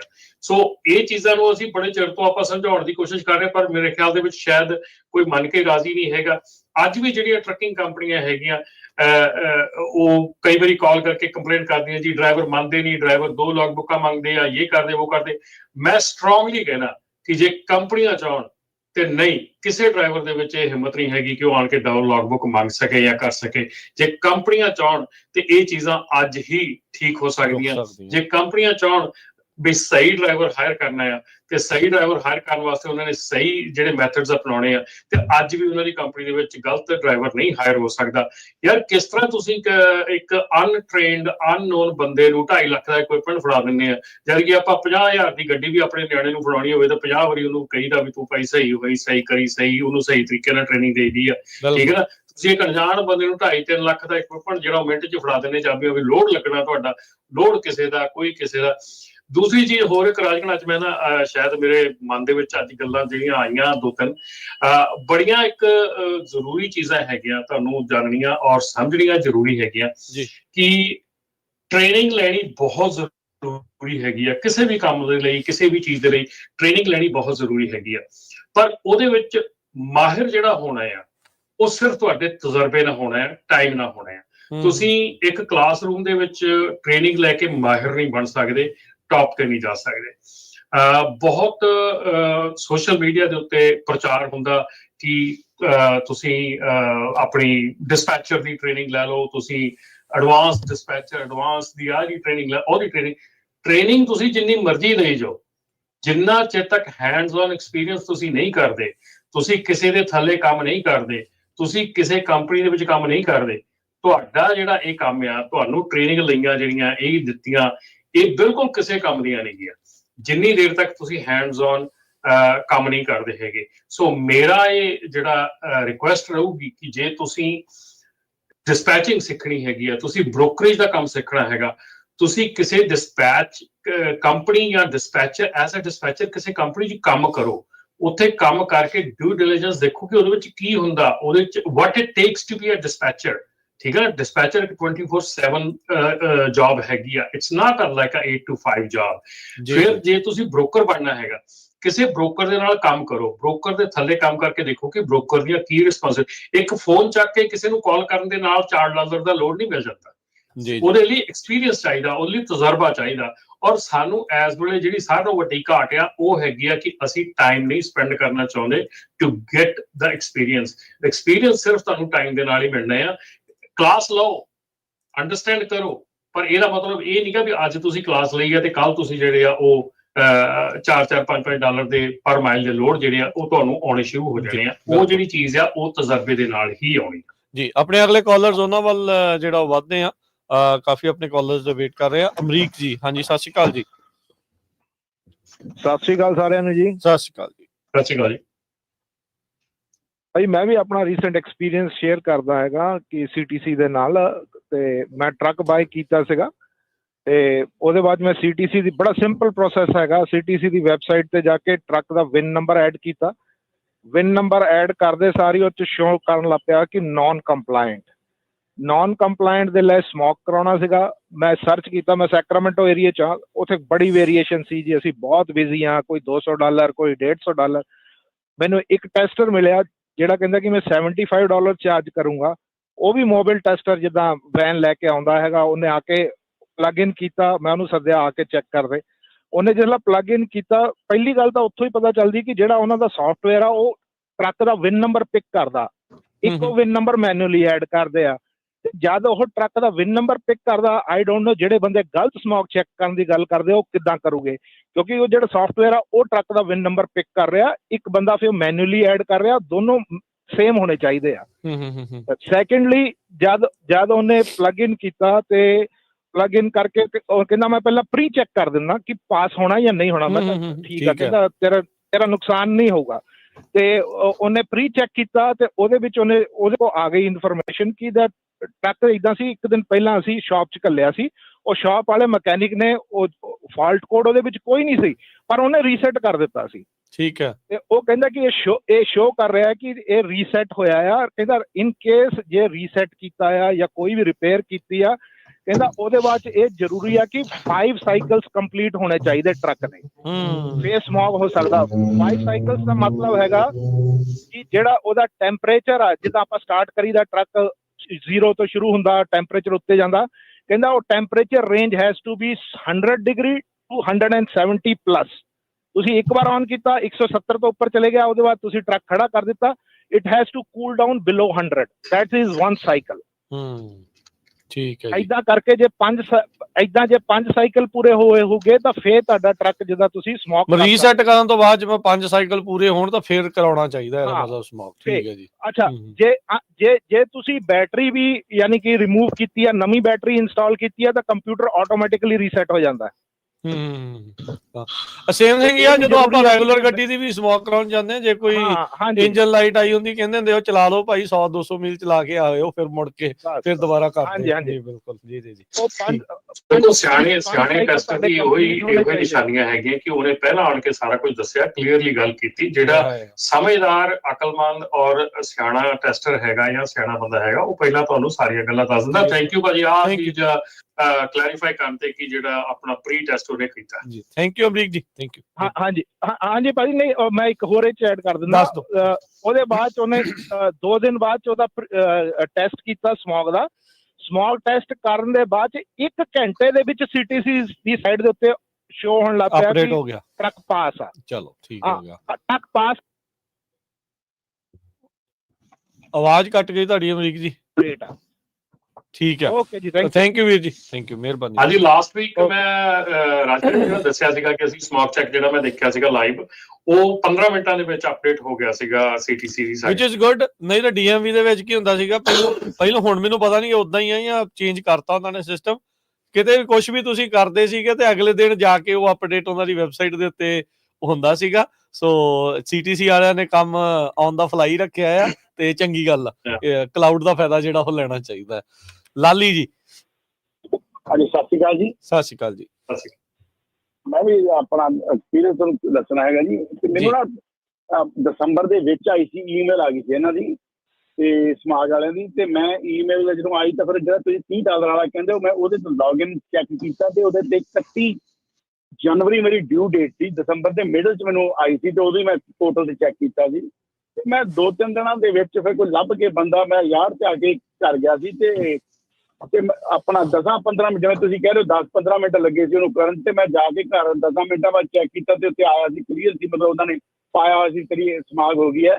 ਪਰ ਜਿਹੜੀ ਮੇਰੀ ਰਜਿਸਟ੍ਰੇਸ਼ਨ ਹੈ ਮੇਰੀ ਉਹ ਜੁਲਾਈ 'ਚ ਡਿਊ ਹੈਗੀ ਹੈ ਤੇ ਨਾ ਤਾਂ ਮੈਨੂੰ 90 ਦਿਨ 90 ਡੇ ਮਿਲੇ ਹੈਗੇ ਸੀਗੇ। ਇਹ ਦੇਖ ਲਓ ਦਸੰਬਰ ਦੇ ਮਿਡਲ ਜੇ ਦੀ ਗੱਲ ਕਰ ਰਿਹਾ ਹੈਗਾ ਤੇ ਜਨਵਰੀ 31 ਦੇ ਡਿਊ ਡੇਟ ਸੀਗੀ ਤੇ ਨਾ ਹੀ ਮੇਰੀ ਕੋਈ ਰਜਿਸਟ੍ਰੇਸ਼ਨ ਨਾ ਮੈਨੂੰ ਲੱਗਿਆ ਉਹਦਾ ਕੋਈ ਮਤਲਬ, ਕਿਉਂਕਿ ਰਜਿਸਟ੍ਰੇਸ਼ਨ ਤਾਂ ਮੇਰੀ ਜੁਲਾਈ 'ਚ ਡਿਊ ਹੈਗੀ ਹੈ। ਤੇ ਨਾਲੇ ਫਿਰ ਮੈਂ ਉਹਨਾਂ ਪੁੱਛਿਆ ਵੀ ਸੀ ਤੇ ਮੈਂ ਦੇਖਿਆ ਵੀ ਸੀਗਾ, ਉਹ ਕਹਿ ਰਿਹਾ ਸੀ ਵੀ ਪਹਿਲਾਂ ਸਾਨੂੰ ਪਤਾ ਲੱਗ ਜਾਂਦਾ ਸੀਗਾ ਵੀ ਕੋਈ ਨੁਕਸ ਹੈਗਾ ਦੱਸ ਦਿੰਦੇ ਸੀ, ਹੁਣ ਸਿੱਧਾ ਹੀ ਚਲੇ ਜਾਂਦਾ ਹੈਗਾ DMB ਨੂੰ ਜਾਂ ਜਿੱਥੇ ਜਿੱਥੇ ਵੀ ਜਾਣਾ ਹੁੰਦਾ। ਉਹ ਨਾ ਉਹਨੂੰ ਪਤਾ ਸੀ ਕੋਈ ਜਦੋਂ ਮੇਰਾ ਕੀਤਾ ਵੀ ਕੀ ਪਾਸ ਹੈ ਫੇਲ ਹੈ, ਹੁਣ ਨਹੀਂ ਪਤਾ ਲੱਗਦਾ ਹੈਗਾ। ਜਦੋਂ ਉਹਦੇ ਦੱਸਣ ਮੁਤਾਬਕ ਹੀ ਜਿੰਨਾ ਕਿ ਮੈਂ ਵੀ ਉਹਦੇ ਆਪਣੇ ਉਹਦੀ ਸੌਫਟਵੇਅਰ ਦੇਖਿਆ ਜਾਂ ਉਹਦੀ ਸਾਈਟ ਤੇ ਦੇਖਿਆ ਸੀ, ਹੁਣ ਸਿੱਧਾ ਜੋ ਵੀ ਉਹ ਤੁਹਾਡੀ ਟਰੱਕ ਤੋਂ ਉਹਦੀ ਤੁਹਾਡੀ ਇਨਫੋਰਮੇਸ਼ਨ ਲੈਂਦਾ ਹੈਗਾ ਤੇ ਸਿੱਧਾ ਹੀ ਭੇਜ ਦਿੰਦਾ। ਉਹ ਪਾਸ ਆ ਫੇਲ ਆ ਤਾਂ ਉੱਥੇ ਜਾ ਕੇ ਪਤਾ ਲੱਗਦਾ ਹੈਗਾ ਵੀ ਕੀ ਹੈਗਾ। ਤੇ ਮੈਂ ਕੋਈ ਟਰੱਕ ਵੀ ਨਹੀਂ ਸੀ, ਮੈਂ ਗਰਮ ਕੀਤਾ, ਮੈਂ ਟਰੱਕ ਵੀ ਮੇਰਾ ਖੜਾ ਸੀ 2-4 ਦਿਨਾਂ ਦਾ, ਮੈਂ ਹਵਾ ਭਰੀ ਸੀ 5-7 ਮਿੰਟ ਤੇ ਉਹਨੇ ਲਾਇਆ 10 ਮਿੰਟਾਂ ਤੱਕ ਪਾਸ ਸੀ। ਆ ਹੈਗਾ ਮੇਰੇ ਮੈਂ ਜੋ ਮੇਰਾ ਤੁਹਾਡਾ ਐਕਸਪੀਰੀਅੰਸ ਇਦਾਂ। ਠੀਕ ਆ, ਮੈਨੂੰ ਨਹੀਂ ਪਤਾ ਕਿਵੇਂ ਦਿੰਦੇ ਆ। ਅੱਛਾ ਇਹ ਰਮਨ ਜੀ ਫਿਰ ਥੋੜਾ ਕਲੀਅਰ ਕਰ ਦਿਓ ਵੀ ਜਿੱਦਾਂ ਕਹਿੰਦੇ ਵੀ ਜੁਲਾਈ 'ਚ ਸੀਗੀ ਰਜਿਸਟ੍ਰੇਸ਼ਨ, ਜਨਵਰੀ ਦੀ ਇਹਨਾਂ ਨੂੰ ਡਿਊ ਡੇਟ ਆ ਗਈ ਹੈ, ਇਹ ਕੀ ਮਤਲਬ ਕੀ ਚੱਕਰ ਕੀ ਹੈ ਫਿਰ ਪਿਆ ਗਿਆ? ਰਾਜਕਰਨ ਸਾਲ ਦੇ ਵਿੱਚ 2 ਵਾਰੀ ਸਮਾਰਟ ਚੈੱਕ ਹੋਣਾ ਆ, ਸੋ ਡਿਊ ਰਜਿਸਟ੍ਰੇਸ਼ਨ ਜਦੋਂ ਮਰਜ਼ੀ ਹੈਗੀ ਆ ਤੁਹਾਡਾ ਸਪਰੈਡ ਆਊਟ ਕੀਤਾ ਆ, ਸਾਰੇ ਜਿਹੜੇ ਆ ਸਾਲ ਦੇ ਵਿੱਚ ਸਪਰੈਡ ਆਊਟ ਕੀਤੇ ਹੋਏ ਆ। ਤੁਸੀਂ ਉਸੇ ਮੌਕੇ ਤੇ ਜਦੋਂ ਤੁਹਾਡੀ ਐਕਸਪ੍ਰੈਸ਼ਨ ਹੈਗੀ ਆ, ਕਈਆਂ 31 ਜੁਲਾਈ ਦੀ, ਕਈਆਂ ਦੀ ਕਿਸੇ ਟਾਈਮ ਦੀ ਆ, ਕਈਆਂ ਦੀ 31 ਜਨਵਰੀ ਦੀ ਹੈਗੀ ਆ। ਸੋ ਜਿਹੜੀ ਤੁਹਾਡੀ ਉਹਨਾਂ ਨੇ ਸਪਰੈਡ ਆਊਟ ਕਰਕੇ ਤੁਹਾਡੀ ਦਿੱਤੀ ਹੈਗੀ ਆ 6 ਮਹੀਨੇ 'ਚ ਵੰਡ ਲਿਆ ਉਹਨਾਂ ਨੇ, 2 ਹਿੱਸਿਆਂ 'ਚ ਵੰਡ ਲਿਆ। ਰਜਿਸਟ੍ਰੇਸ਼ਨ ਦੀ ਗੱਲ ਹੈਗੀ ਨਾ, ਉਹ ਸੱਚਾਈ ਹੈਗੀ ਏ ਕਿ ਜੇ ਤੁਹਾਡਾ ਆਹ ਸਮਾਰਟ ਚੈੱਕ ਨਹੀਂ ਹੁੰਦਾ ਤੇ ਤੁਹਾਡੀ ਜਿਹੜੀ ਆ ਟਰੱਕ ਨਾਨ ਕੰਪਲਾਇੰਟ ਹੈ। ਜਦੋਂ 31 ਨੂੰ ਤੁਸੀਂ ਰਜਿਸਟ੍ਰੇਸ਼ਨ ਕਰਾਉਣ ਜਾਣਾ ਸੀਗਾ ਉਦੋਂ ਰਜਿਸਟ੍ਰੇਸ਼ਨ ਨਹੀਂ ਸੀ ਹੋਣੀ ਤੁਹਾਡੀ। ਆਹ ਪ੍ਰੋਬਲਮ। ਠੀਕ ਆ, ਹੁਣ ਤੁਸੀਂ ਇਹ ਮੰਨ ਲਓ ਵੀ ਜਨਵਰੀ ਦੇ ਵਿੱਚ ਸਾਰਿਆਂ ਨੂੰ ਕਰਾਉਣੇ ਆ ਵੀ ਤਾਂ ਜੋ ਇਸ ਸਾਲ ਦੇ ਵਿੱਚ 2 ਵਾਰੀ ਤੁਹਾਨੂੰ ਕਰਾਉਣੇ ਪੈਣੇ, ਅਗਲੇ ਸਾਲ ਤੋਂ 4 ਵਾਰੀ ਜਿਹੜੇ ਉਹ ਕਰਾਉਣੇ ਪੈਣੇ। ਕਈਆਂ ਦੇ 31 ਮਾਰਚ ਤੱਕ ਆ ਰਾਜਕਰਨ, ਕਈਆਂ ਦੇ ਕਿਸੇ ਟਾਈਮ ਤੱਕ ਐਕਸਪੀਰੇਸ਼ਨ ਆ। ਮੈਂ ਕੱਲ ਵੀ ਦੇਖੀਆਂ 5 ਟਰੱਕਾਂ ਵਾਲੀ ਕੰਪਨੀ ਸੀ, ਉਹਨਾਂ ਨੇ ਭੇਜਿਆ ਸੀ ਆਪਣੀ ਡਿਟੇਲ। 2 ਟਰੱਕ ਉਹਨਾਂ ਨੇ 31 ਜਨਵਰੀ ਨੂੰ ਆ, 4 ਉਹਨਾਂ ਨੇ ਜਿਹੜੇ 31 ਮਾਰਚ ਨੂੰ ਕਿ 31 ਅਪ੍ਰੈਲ ਨੂੰ, ਏਦਾਂ 30 ਅਪ੍ਰੈਲ ਨੂੰ ਹੁੰਦੇ ਐਕਸਪਾਇਰ। ਸੋ ਹਰ ਇੱਕ ਤੇ ਜਿਹੜੇ ਟਰੱਕ ਹੈਗੇ ਉਹ ਸਪਰੈਡ ਆਊਟ ਕੀਤੇ ਹੋਏ। ਸੋ ਹੁਣ ਜੇ ਇਹ ਦੇਖਿਆ ਜਾਵੇ, ਜੇ ਇਹਨਾਂ ਦਾ ਜੁਲਾਈ ਦਾ ਸੀ, ਜਨਵਰੀ ਦਾ ਸੀ, 6 ਮਹੀਨੇ ਪਹਿਲਾਂ ਉਹਨਾਂ ਨੇ ਮੰਗ ਲਈ ਆ ਵੀ 6 ਮਹੀਨੇ ਪਹਿਲਾਂ ਜਿਹੜੀ ਉਹ ਸਮੌਗ ਦੀ ਜਿਹੜੀ ਉਹ ਮੰਗ ਲਿਆ ਉਹਨਾਂ ਨੇ। ਠੀਕ ਹੈ ਜੀ, ਵਰਿੰਦਰ ਜੀ। ਸਤਿ ਸ਼੍ਰੀ ਅਕਾਲ ਜੀ। ਮੈਂ ਪਹਿਲਾਂ ਵੀ ਆਇਆ ਸੀਗਾ, ਮੈਂ ਸੌਰੀ ਕੋਈ ਨਹੀਂ, ਤੁਸੀਂ ਹੁਣ ਦੱਸਿਆ ਵੀ ਤੁਸੀਂ ਦੱਸ ਸਕਦੇ ਆ ਕਿੱਥੋਂ ਕਰਾਈ ਆ। ਮੈਂ ਤੁਹਾਨੂੰ ਦੱਸਦਾ ਵੀ ਮੈਂ ਆਹੀ ਦੱਸਣਾ ਸੀ, ਜੁਬਾ ਸਿਟੀ JB ਟਰੱਕ ਰਿਪੇਅਰ ਵਾਲੇ ਆ, ਉਹਨਾਂ ਨੇ ਮੇਰੇ ਕੋਲ $96 ਲਾਏ ਸੀ ਜੀ। ਪਹਿਲਾਂ ਉਹਨਾਂ ਨੇ ਮੇਰੀ ਚੈੱਕ ਕਰ ਲਈ ਸੀ ਵੀ ਪਾਸ ਹੋਣਾ ਜਾਂ ਨਹੀਂ ਟਰੱਕ ਹੋਣਾ, $96 'ਚ। ਠੀਕ ਹੈ ਜੀ। ਜਦੋਂ ਪਾਸ ਹੋ ਗਿਆ ਟਰੱਕ, ਦੁਬਾਰਾ ਉਹਨਾਂ ਨੇ ਫਿਰ ਮੇਰਾ DMB ਨਾਲ ਕੰਟੈਕਟ ਕਰਕੇ ਪਾਸ, ਕਿਉਂਕਿ ਪਹਿਲਾਂ ਉਹਨੇ ਚੈੱਕ ਕਰ ਲਿਆ, ਦੁਬਾਰਾ ਨਹੀਂ ਪੈਸੇ ਲੈਂਦੇ, $96 ਲੈਂਦੇ ਆ। ਹਾਂਜੀ, ਰੀਟੈਸਟ ਕਰਕੇ। ਉਹ ਮੁੰਡੇ ਆਪਣੇ ਉਹਨਾਂ ਨੇ ਕੰਮ ਕੀਤਾ 6 ਮਹੀਨੇ, ਆਪਣੇ 5 ਸਾਲ ਫਰਾਈਟ ਲਾਈਨਰ ਡੀਲਰਸ਼ਿਪ ਦੇ ਸੈਕਰਾਮੈਂਟ ਤੋਂ ਮੁੰਡੇ ਨੇ। ਚਲੋ JB ਟਰੱਕ ਰਿਪੇਅਰ ਵਾਲੇ ਦੇ। ਚਲੋ ਠੀਕ ਹੈ, ਥੈਂਕ ਯੂ ਜੀ। ਤੁਸੀਂ ਉਹਦਾ ਮੁਫਤ ਚ ਮਸ਼ਹੂਰੀ ਕਰ ਗਏ ਆ ਬੰਦਿਆਂ ਦੀ, ਪਰ ਚਲੋ ਕੋਈ ਗੱਲ ਨਹੀਂ, ਥੈਂਕ ਯੂ। ਮੈਂ ਤਾਂ ਕੀਤਾ ਜੀ, ਮੈਂ ਕਿਹਾ ਵੀ ਭਾਜੀ ਕਹਿੰਦਾ ਦੱਸ ਸਕਦੇ ਤੁਸੀਂ ਵੀ ਕਿੱਥੇ ਆ, ਤਾਂ ਕਾਲ ਕੀਤੀ। ਚਲੋ ਕੋਈ ਗੱਲ ਨਹੀਂ, JB ਟਰੱਕ ਰਿਪੇਅਰ ਵਾਲਾ ਰੇਲ ਰੋਡ ਤੇ ਜੁਬਾ ਸਿਟੀ ਆ। ਥੈਂਕ ਯੂ ਜੀ। ਅਮਰਜੀਤ ਜੀ ਸਤਿ ਸ਼੍ਰੀ ਅਕਾਲ। ਹਾਂਜੀ ਸਤਿ ਸ਼੍ਰੀ ਅਕਾਲ ਭਾਈ ਸਾਹਿਬ। ਸਤਿ ਸ਼੍ਰੀ ਅਕਾਲ ਜੀ। ਸਤਿ ਸ਼੍ਰੀ ਅਕਾਲ ਸਾਰਿਆਂ ਨੂੰ ਜੀ। ਮੈਂ ਟਰੱਕ ਸਮੋਕ ਦਾ ਕੰਮ ਕਰਦਾ ਵਾਂ ਇੱਥੇ। ਠੀਕ ਹੈ ਜੀ। ਮੈਂ ਤੁਹਾਨੂੰ ਇਹ ਦੱਸਣਾ ਚਾਹੁੰਦਾ, ਜਿੰਨਾ ਕੁ ਮੈਨੂੰ ਨੌਲੇਜ ਹੈਗੀ ਆ, ਵੀ ਜਦੋਂ ਅਸੀਂ ਲਾਉਨੇ ਆ ਨੂੰ ਆਪਣਾ ਜਿਹੜਾ ਸਾਡਾ ਕੰਪਿਊਟਰ ਹੈਗਾ ਉਹਦੇ ਨਾਲ ਲਾਉਨੇ, ਤੁਹਾਡੇ ਉਹਦੇ ਨਾਲ ਟਰੱਕ ਦੇ ਵਿੱਚ ਜੀ, ਤੇ ਉਹ 에ਅਰ ਸੋਰਸ ਬੋਰਡ ਨਾਲ ਕਨੈਕਟ ਹੋ ਜਾਂਦਾ। ਅੱਛਾ। ਉੱਥੇ ਜਿਹੜੀ ਰਿਪੋਰਟ ਆ ਸਾਰੀ ਉਹਦੇ ਕੋਲੇ ਰਿਕਾਰਡ ਚਲੇ ਜਾਂਦਾ 에ਅਰ ਸੋਰਸ ਬੋਰਡ ਕੋਲੇ। ਉੱਥੇ ਸਾਨੂੰ ਕੰਪਲੀਟ ਆ ਜਾਂਦਾ ਵੀ ਇਹ ਟੈਸਟ ਪਾਸ ਹੋ ਗਿਆ, ਤੁਸੀਂ ਇਹਨੂੰ ਲਾ ਸਕਦੇ ਹੋ। ਠੀਕ ਹੈ, ਓਕੇ। ਅਸੀਂ ਉਹਨੇ ਚਿਰਾਂ 'ਚ ਜਿੰਨੇ ਚਿਰਾਂ 'ਚ ਉਹਨੂੰ ਬੰਦ ਕਰਦੇ ਹਾਂ ਤੇ ਉਹਨੇ ਚਿਰਾਂ 'ਚ ਉੱਥੇ ਜਿਹੜੀ ਰਿਪੋਰਟ ਆ ਜਨਰੇਟ ਹੋ ਜਾਂਦੀ। ਇਹ 1 ਮਿੰਟ ਜਾਂ 2 ਮਿੰਟ ਹੀ ਲੱਗਦੇ ਆ। ਠੀਕ ਹੈ। ਜਿਹੜਾ ਪੋਰਟਲ ਆ 에ਅਰ ਸੋਰਸ ਬੋਰਡ ਵਾਲਿਆਂ ਦਾ, ਉਹਦੇ ਉੱਤੇ ਸਾਡਾ ਜਿਹੜਾ ਅਕਾਊਂਟ ਆ ਉੱਥੇ ਅਸੀਂ ਖੋਲਦੇ ਹਾਂ। ਉੱਥੇ ਟਰੱਕ ਦਾ ਵੈਨ ਨੰਬਰ, ਐਰਾ ਵਗੈਰਾ, ਟੈਸਟ ਨੰਬਰ, ਕਿਹੜੇ ਯੰਤਰ ਨਾਲ ਆਇਆ ਵਾ, ਸਾਰਾ ਉਹਦੇ ਵਿੱਚ ਆ ਜਾਂਦਾ। ਉਹਦੇ 'ਚ 3 ਚੀਜ਼ਾਂ ਹੁੰਦੀਆਂ ਵਾ, ਜਾਂ ਉਹਦਾ ਪਾਸ, ਜਾਂ ਉਹਦਾ ਜਿਹੜਾ ਉਹਦਾ ਡਿਫੈਕਟ ਹੁੰਦਾ ਵਾ, ਤੇ ਜਾਂ ਉਹਦਾ ਨਾਟ ਰੈਡੀ। ਨਾਟ ਰੈਡੀ ਉਹ ਚੀਜ਼ ਹੈ ਜਿਹਨੂੰ ਕਹਿੰਦੇ ਵੀ ਸਾਨੂੰ ਦੱਸ ਦਿੱਤਾ। ਅਸਲ ਦੇ ਵਿੱਚ ਇਹ 에ਅਰ ਸੋਰਸ ਬੋਰਡ ਕੋਲੇ ਜਾਂਦਾ ਹੀ ਜਾਂਦਾ ਟਰੱਕ। ਇਨਫੋਰਮੇਸ਼ਨ ਫਿਰ ਵੀ ਜਾਂਦੀ ਹੋਈ ਹੈ, ਜਾਂਦੀ ਉੱਥੋਂ ਨਾਟ ਰੈਡੀ ਪਤਾ ਲੱਗ ਜਾਂਦਾ ਵੀ ਰੀਸੈਟ ਹੋਇਆ ਤੇ ਨਾਟ ਰੈਡੀ। ਠੀਕ ਹੈ। ਫਿਰ ਅਸੀਂ ਉਹ ਬੰਦੇ ਨੂੰ ਗਾਈਡ ਕਰਦੇ ਨੇ ਵੀ ਤੂੰ 500-600 ਮੀਲ ਚਲਾ ਲਾ। ਇੱਥੇ ਮੇਰੇ ਕੋਲੇ ਇੱਕ ਮੁੰਡਾ ਸੀਗਾ, ਉਹਦਾ ਨੋਟ ਰੈਡੀ ਆਇਆ ਸੀ, ਉਹਨੇ ਨਵਾਂ ਟਰੱਕ ਲਿਆ ਸੀਗਾ, ਨਵਾਂ ਦਾ ਮਤਲਬ ਪੁਰਾਣਾ ਲਿਆ ਸੀ। ਉਹਨੂੰ ਮੈਂ ਕਿਹਾ ਤੂੰ ਹੁਣ ਮਹੀਨਾ ਕੁ ਚਲਾ ਲਾ, ਵੀ ਤੂੰ ਹੁਣ ਮਹੀਨੇ ਕੁ ਦੇ ਵਿੱਚ ਉਹਨੂੰ ਸੈੱਟ ਕਰ ਲਾ। ਉਹਨੇ ਕੀ ਕੀਤਾ, ਉਹ ਕਹਿੰਦਾ ਮੈਂ ਅਗਲੇ ਦਿਨ ਹੀ ਸਾਰੀ ਦਿਹਾੜੀ ਉਹ ਐਲੇ ਵੱਲ ਚਲ ਗਿਆ, ਪਤਾ ਨਹੀਂ ਉਹ ਲਾ ਕੇ ਖਾਲੀ ਬੌਬਟੇਲ ਹੀ ਫਿਰਦਾ ਰਿਹਾ। ਉਹ ਅਗਲੇ ਦਿਨ ਤੀਜੇ ਦਿਨ ਮੇਰੇ ਕੋਲ ਫੇਰ ਆ ਗਿਆ, ਮੈਨੂੰ ਕਹਿੰਦਾ ਜੀ ਮੇਰਾ ਕਰ ਦਿਓ। ਮੈਂ ਕਿਹਾ ਯਾਰ ਤੂੰ ਹੁਣ ਇਹਨੂੰ 2-4 ਦਿਨ ਚਲਾ ਲਾ, ਇੰਨੀ ਕਾਹਲੀ ਕਿਉਂ ਕਰਦਾ? ਕਹਿੰਦਾ ਜੀ ਮੈਂ 500-600 ਮੀਲ ਚਲਾਏ ਆ। ਤੇ ਉਹ ਉਹਦਾ ਟੈਸਟ ਕਰਕੇ ਦੇਖਿਆ ਤਾਂ ਪਾਸ ਹੋ ਗਿਆ। ਠੀਕ ਹੈ ਜੀ, ਠੀਕ ਹੈ। 4-5 ਵਾਰੀ ਉਹਦਾ ਰੀਸੈਟ ਹੋ ਗਿਆ, ਗਰਮ ਹੋ ਗਿਆ, ਠੰਡਾ ਹੋ ਗਿਆ। ਠੀਕ ਹੈ, ਠੀਕ ਹੈ, ਚਲੋ ਥੈਂਕ ਯੂ ਬਾਈ ਜੀ। ਕੋਈ ਹਾਂ ਉਹ 'ਚ ਜੇ ਤੁਸੀਂ ਕਿਸੇ ਸਰਟੀਫਾਈਡ ਬੰਦੇ ਕੋਲੋਂ ਕਰਾਉਂਦੇ ਉਹ 'ਚ ਕੋਈ ਮੇਰਾ ਖਿਆਲ ਹੇਰਾ ਫੇਰੀ ਦੀ ਆਸ ਨਹੀਂ ਹੈਗੀ ਮੈਨੂੰ, ਕਿਉਂਕਿ ਉਹ ਬੰਦਾ ਤੁਹਾਨੂੰ ਦਊਗਾ ਹੀ ਤਦ ਰਿਪੋਰਟ, ਉਹਦੇ ਉੱਤੇ ਉਹਦਾ ਨਾਂ ਹੁੰਦਾ ਵਾ, ਉਹਦੇ ਉੱਤੇ ਤਾਂ ਸਾਰਾ ਕੁਛ ਹੁੰਦਾ ਵਾ। ਅਸੀਂ ਉਹ ਪ੍ਰਿੰਟ ਆਊਟ ਕਰ ਦਿੰਦੇ ਉਹਨੂੰ ਈਮੇਲ ਦਾ। ਠੀਕ ਹੈ, ਹਾਂਜੀ, ਤੇ ਉਹ ਗਲਤ ਨਹੀਂ ਕਰ ਸਕਦਾ ਮੇਰੇ ਹਿਸਾਬ 'ਚ। ਠੀਕ, ਚਲੋ ਥੈਂਕ ਯੂ ਵੀਰ ਜੀ, ਥੈਂਕ ਯੂ, ਮਿਹਰਬਾਨੀ। ਸਤਿ ਸ਼੍ਰੀ ਅਕਾਲ। ਸਤਿ ਸ਼੍ਰੀ ਅਕਾਲ ਜੀ। ਹਰਜੋਤ ਜੀ, ਇੱਕ ਜਿਹੜੀ ਆਪਾਂ ਵਿੱਚ ਚਰਚਾ ਛੇੜੀ ਸੀ ਇਮੀਗ੍ਰੇਸ਼ਨ ਦੀ ਵੀ ਤੇ ਟਰੱਕਿੰਗ ਦੀ, ਰਮਨ ਜੀ ਨੇ ਵੀ ਜਿਹੜੀ ਗੱਲ ਕੀਤੀ ਸੀ ਨਾ, ਵੀ ਬਹੁਤ ਸਾਰੇ ਜਿਹੜੇ ਫੈਡਰਲ ਕ੍ਰਾਈਮਸ ਨੂੰ ਲੈ ਕੇ ਆ, ਕੱਲ ਇੱਕ ਨਵਾਂ ਕਾਨੂੰਨ ਪਾਸ ਹੋਇਆ ਆ, ਲੇਕਿਨ ਰਾਇਲੀ ਐਕਟ। ਉਹਦੇ ਵਿੱਚ ਛੋਟੇ ਤੋਂ ਛੋਟਾ ਜਿਹੜਾ ਤੁਹਾਡਾ ਚਾਰਜ ਵੀ ਹੋਏ ਹੋਵੋ, ਇਹ ਵੀ ਨਹੀਂ ਵੀ ਚਾਰਜ ਦੇ ਵਿੱਚ ਤੁਸੀਂ ਕਨਵਿਕਟ ਹੋਏ ਹੋਵੋ, ਤੁਹਾਡੇ ਉੱਤੇ ਸ਼ਾਪ ਲਿਫਟਿੰਗ ਤੋਂ ਲੈ ਕੇ ਤੇ ਕਿਸੇ ਤਰੀਕੇ ਦਾ ਕੋਈ ਵੀ ਚਾਰਜ ਵੀ ਲੱਗਾ ਆ, ਤੇ ਚਾਹੇ ਵੱਡੇ ਤੋਂ ਵੱਡਾ ਕੰਮ ਵੀ ਕੀਤਾ ਆ। ਖਾਸ ਕਰਕੇ ਹੁਣ ਆਪਾਂ ਨੂੰ ਪਤਾ ਵੀ ਆਪਣੀ ਟਰੱਕਿੰਗ ਕਮਿਊਨਿਟੀ ਦੇ ਵਿੱਚ ਬਹੁਤ ਸਾਰੇ ਉਹ ਲੋਕ ਆ ਜਿਹੜੇ ਜਿਨ੍ਹਾਂ ਨੇ ਅਸਾਈਲਮ ਦੇ ਲਈ ਅਪਲਾਈ ਕੀਤਾ ਹੋਇਆ, ਵਰਕ ਪਰਮਿਟ ਦੇ ਉੱਤੇ ਆ, ਬਾਕੀ ਵੀ ਹੈਗੇ ਨੇ, ਪਰ ਆਪਣੀ ਬਹੁਤ ਸਾਰੀ ਕਮਿਊਨਿਟੀ ਮੈਜੋਰਟੀ 'ਚ ਉਦਾਂ ਦੀ ਆ। ਭਾਈ ਇਹ ਵਕਤ ਨਹੀਂ ਆ। ਇਹ ਹੁਣ ਡਰੱਗ ਐਂਡ ਅਲਕੋਹਲ ਟੈਸਟਿੰਗ ਵਾਲਾ ਵੀ ਜਿਹੜਾ ਰਮਨ ਜੀ ਨਾਲ ਹੀ ਆ, ਮੈਰੂਆਨਾ ਟਾਈਟਲ 1 ਸਕੈਜੂਲ 1 ਸੌਰੀ ਜਿਹੜਾ ਉਹ ਨਸ਼ਾ ਆ, ਉਹਦੇ ਵਿੱਚ ਜੇ ਤੁਸੀਂ ਫੜ ਹੁੰਦੇ ਆ, ਉਹ ਤਾਂ ਹੁਣ ਫੈਡਰਲ ਦੇ ਹਿਸਾਬ ਦੇ ਨਾਲ ਤਾਂ ਤੁਸੀਂ ਤੰਗ ਹੋ ਜਾਣਾ ਆ। ਉਹ ਹਿਸਾਬ ਦੇ ਨਾਲ ਇਹ ਤਾਂ ਅੱਗੇ ਮੂੰਹ ਨੂੰ ਖੂਨ ਲਾ ਕੇ ਭੱਜੇ ਫਿਰਦੇ ਆ ਵੀ ਅਸੀਂ ਬੰਦੇ ਤਾਂ ਫੜੀਏ ਕਿਸੇ ਤਰੀਕੇ ਦੇ ਨਾਲ, ਚੱਕ ਕੇ ਜਿਹੜੇ ਆ ਉਹ ਕਰਨੇ ਆ। ਉਹ ਗਵਾਂਟਾਨੋ ਬੇ ਤਿਆਰ ਕਰੀ ਜਾਂਦੇ ਆ, ਕੰਸਨਟ੍ਰੇਸ਼ਨ ਕੈਂਪ ਬਣਾਉਣ ਨੂੰ ਫਿਰਦੇ ਆ। ਤੇ ਆਪਣੇ ਭਾਈ ਬੰਦੇ ਸੁਧਰ ਜਾਓ।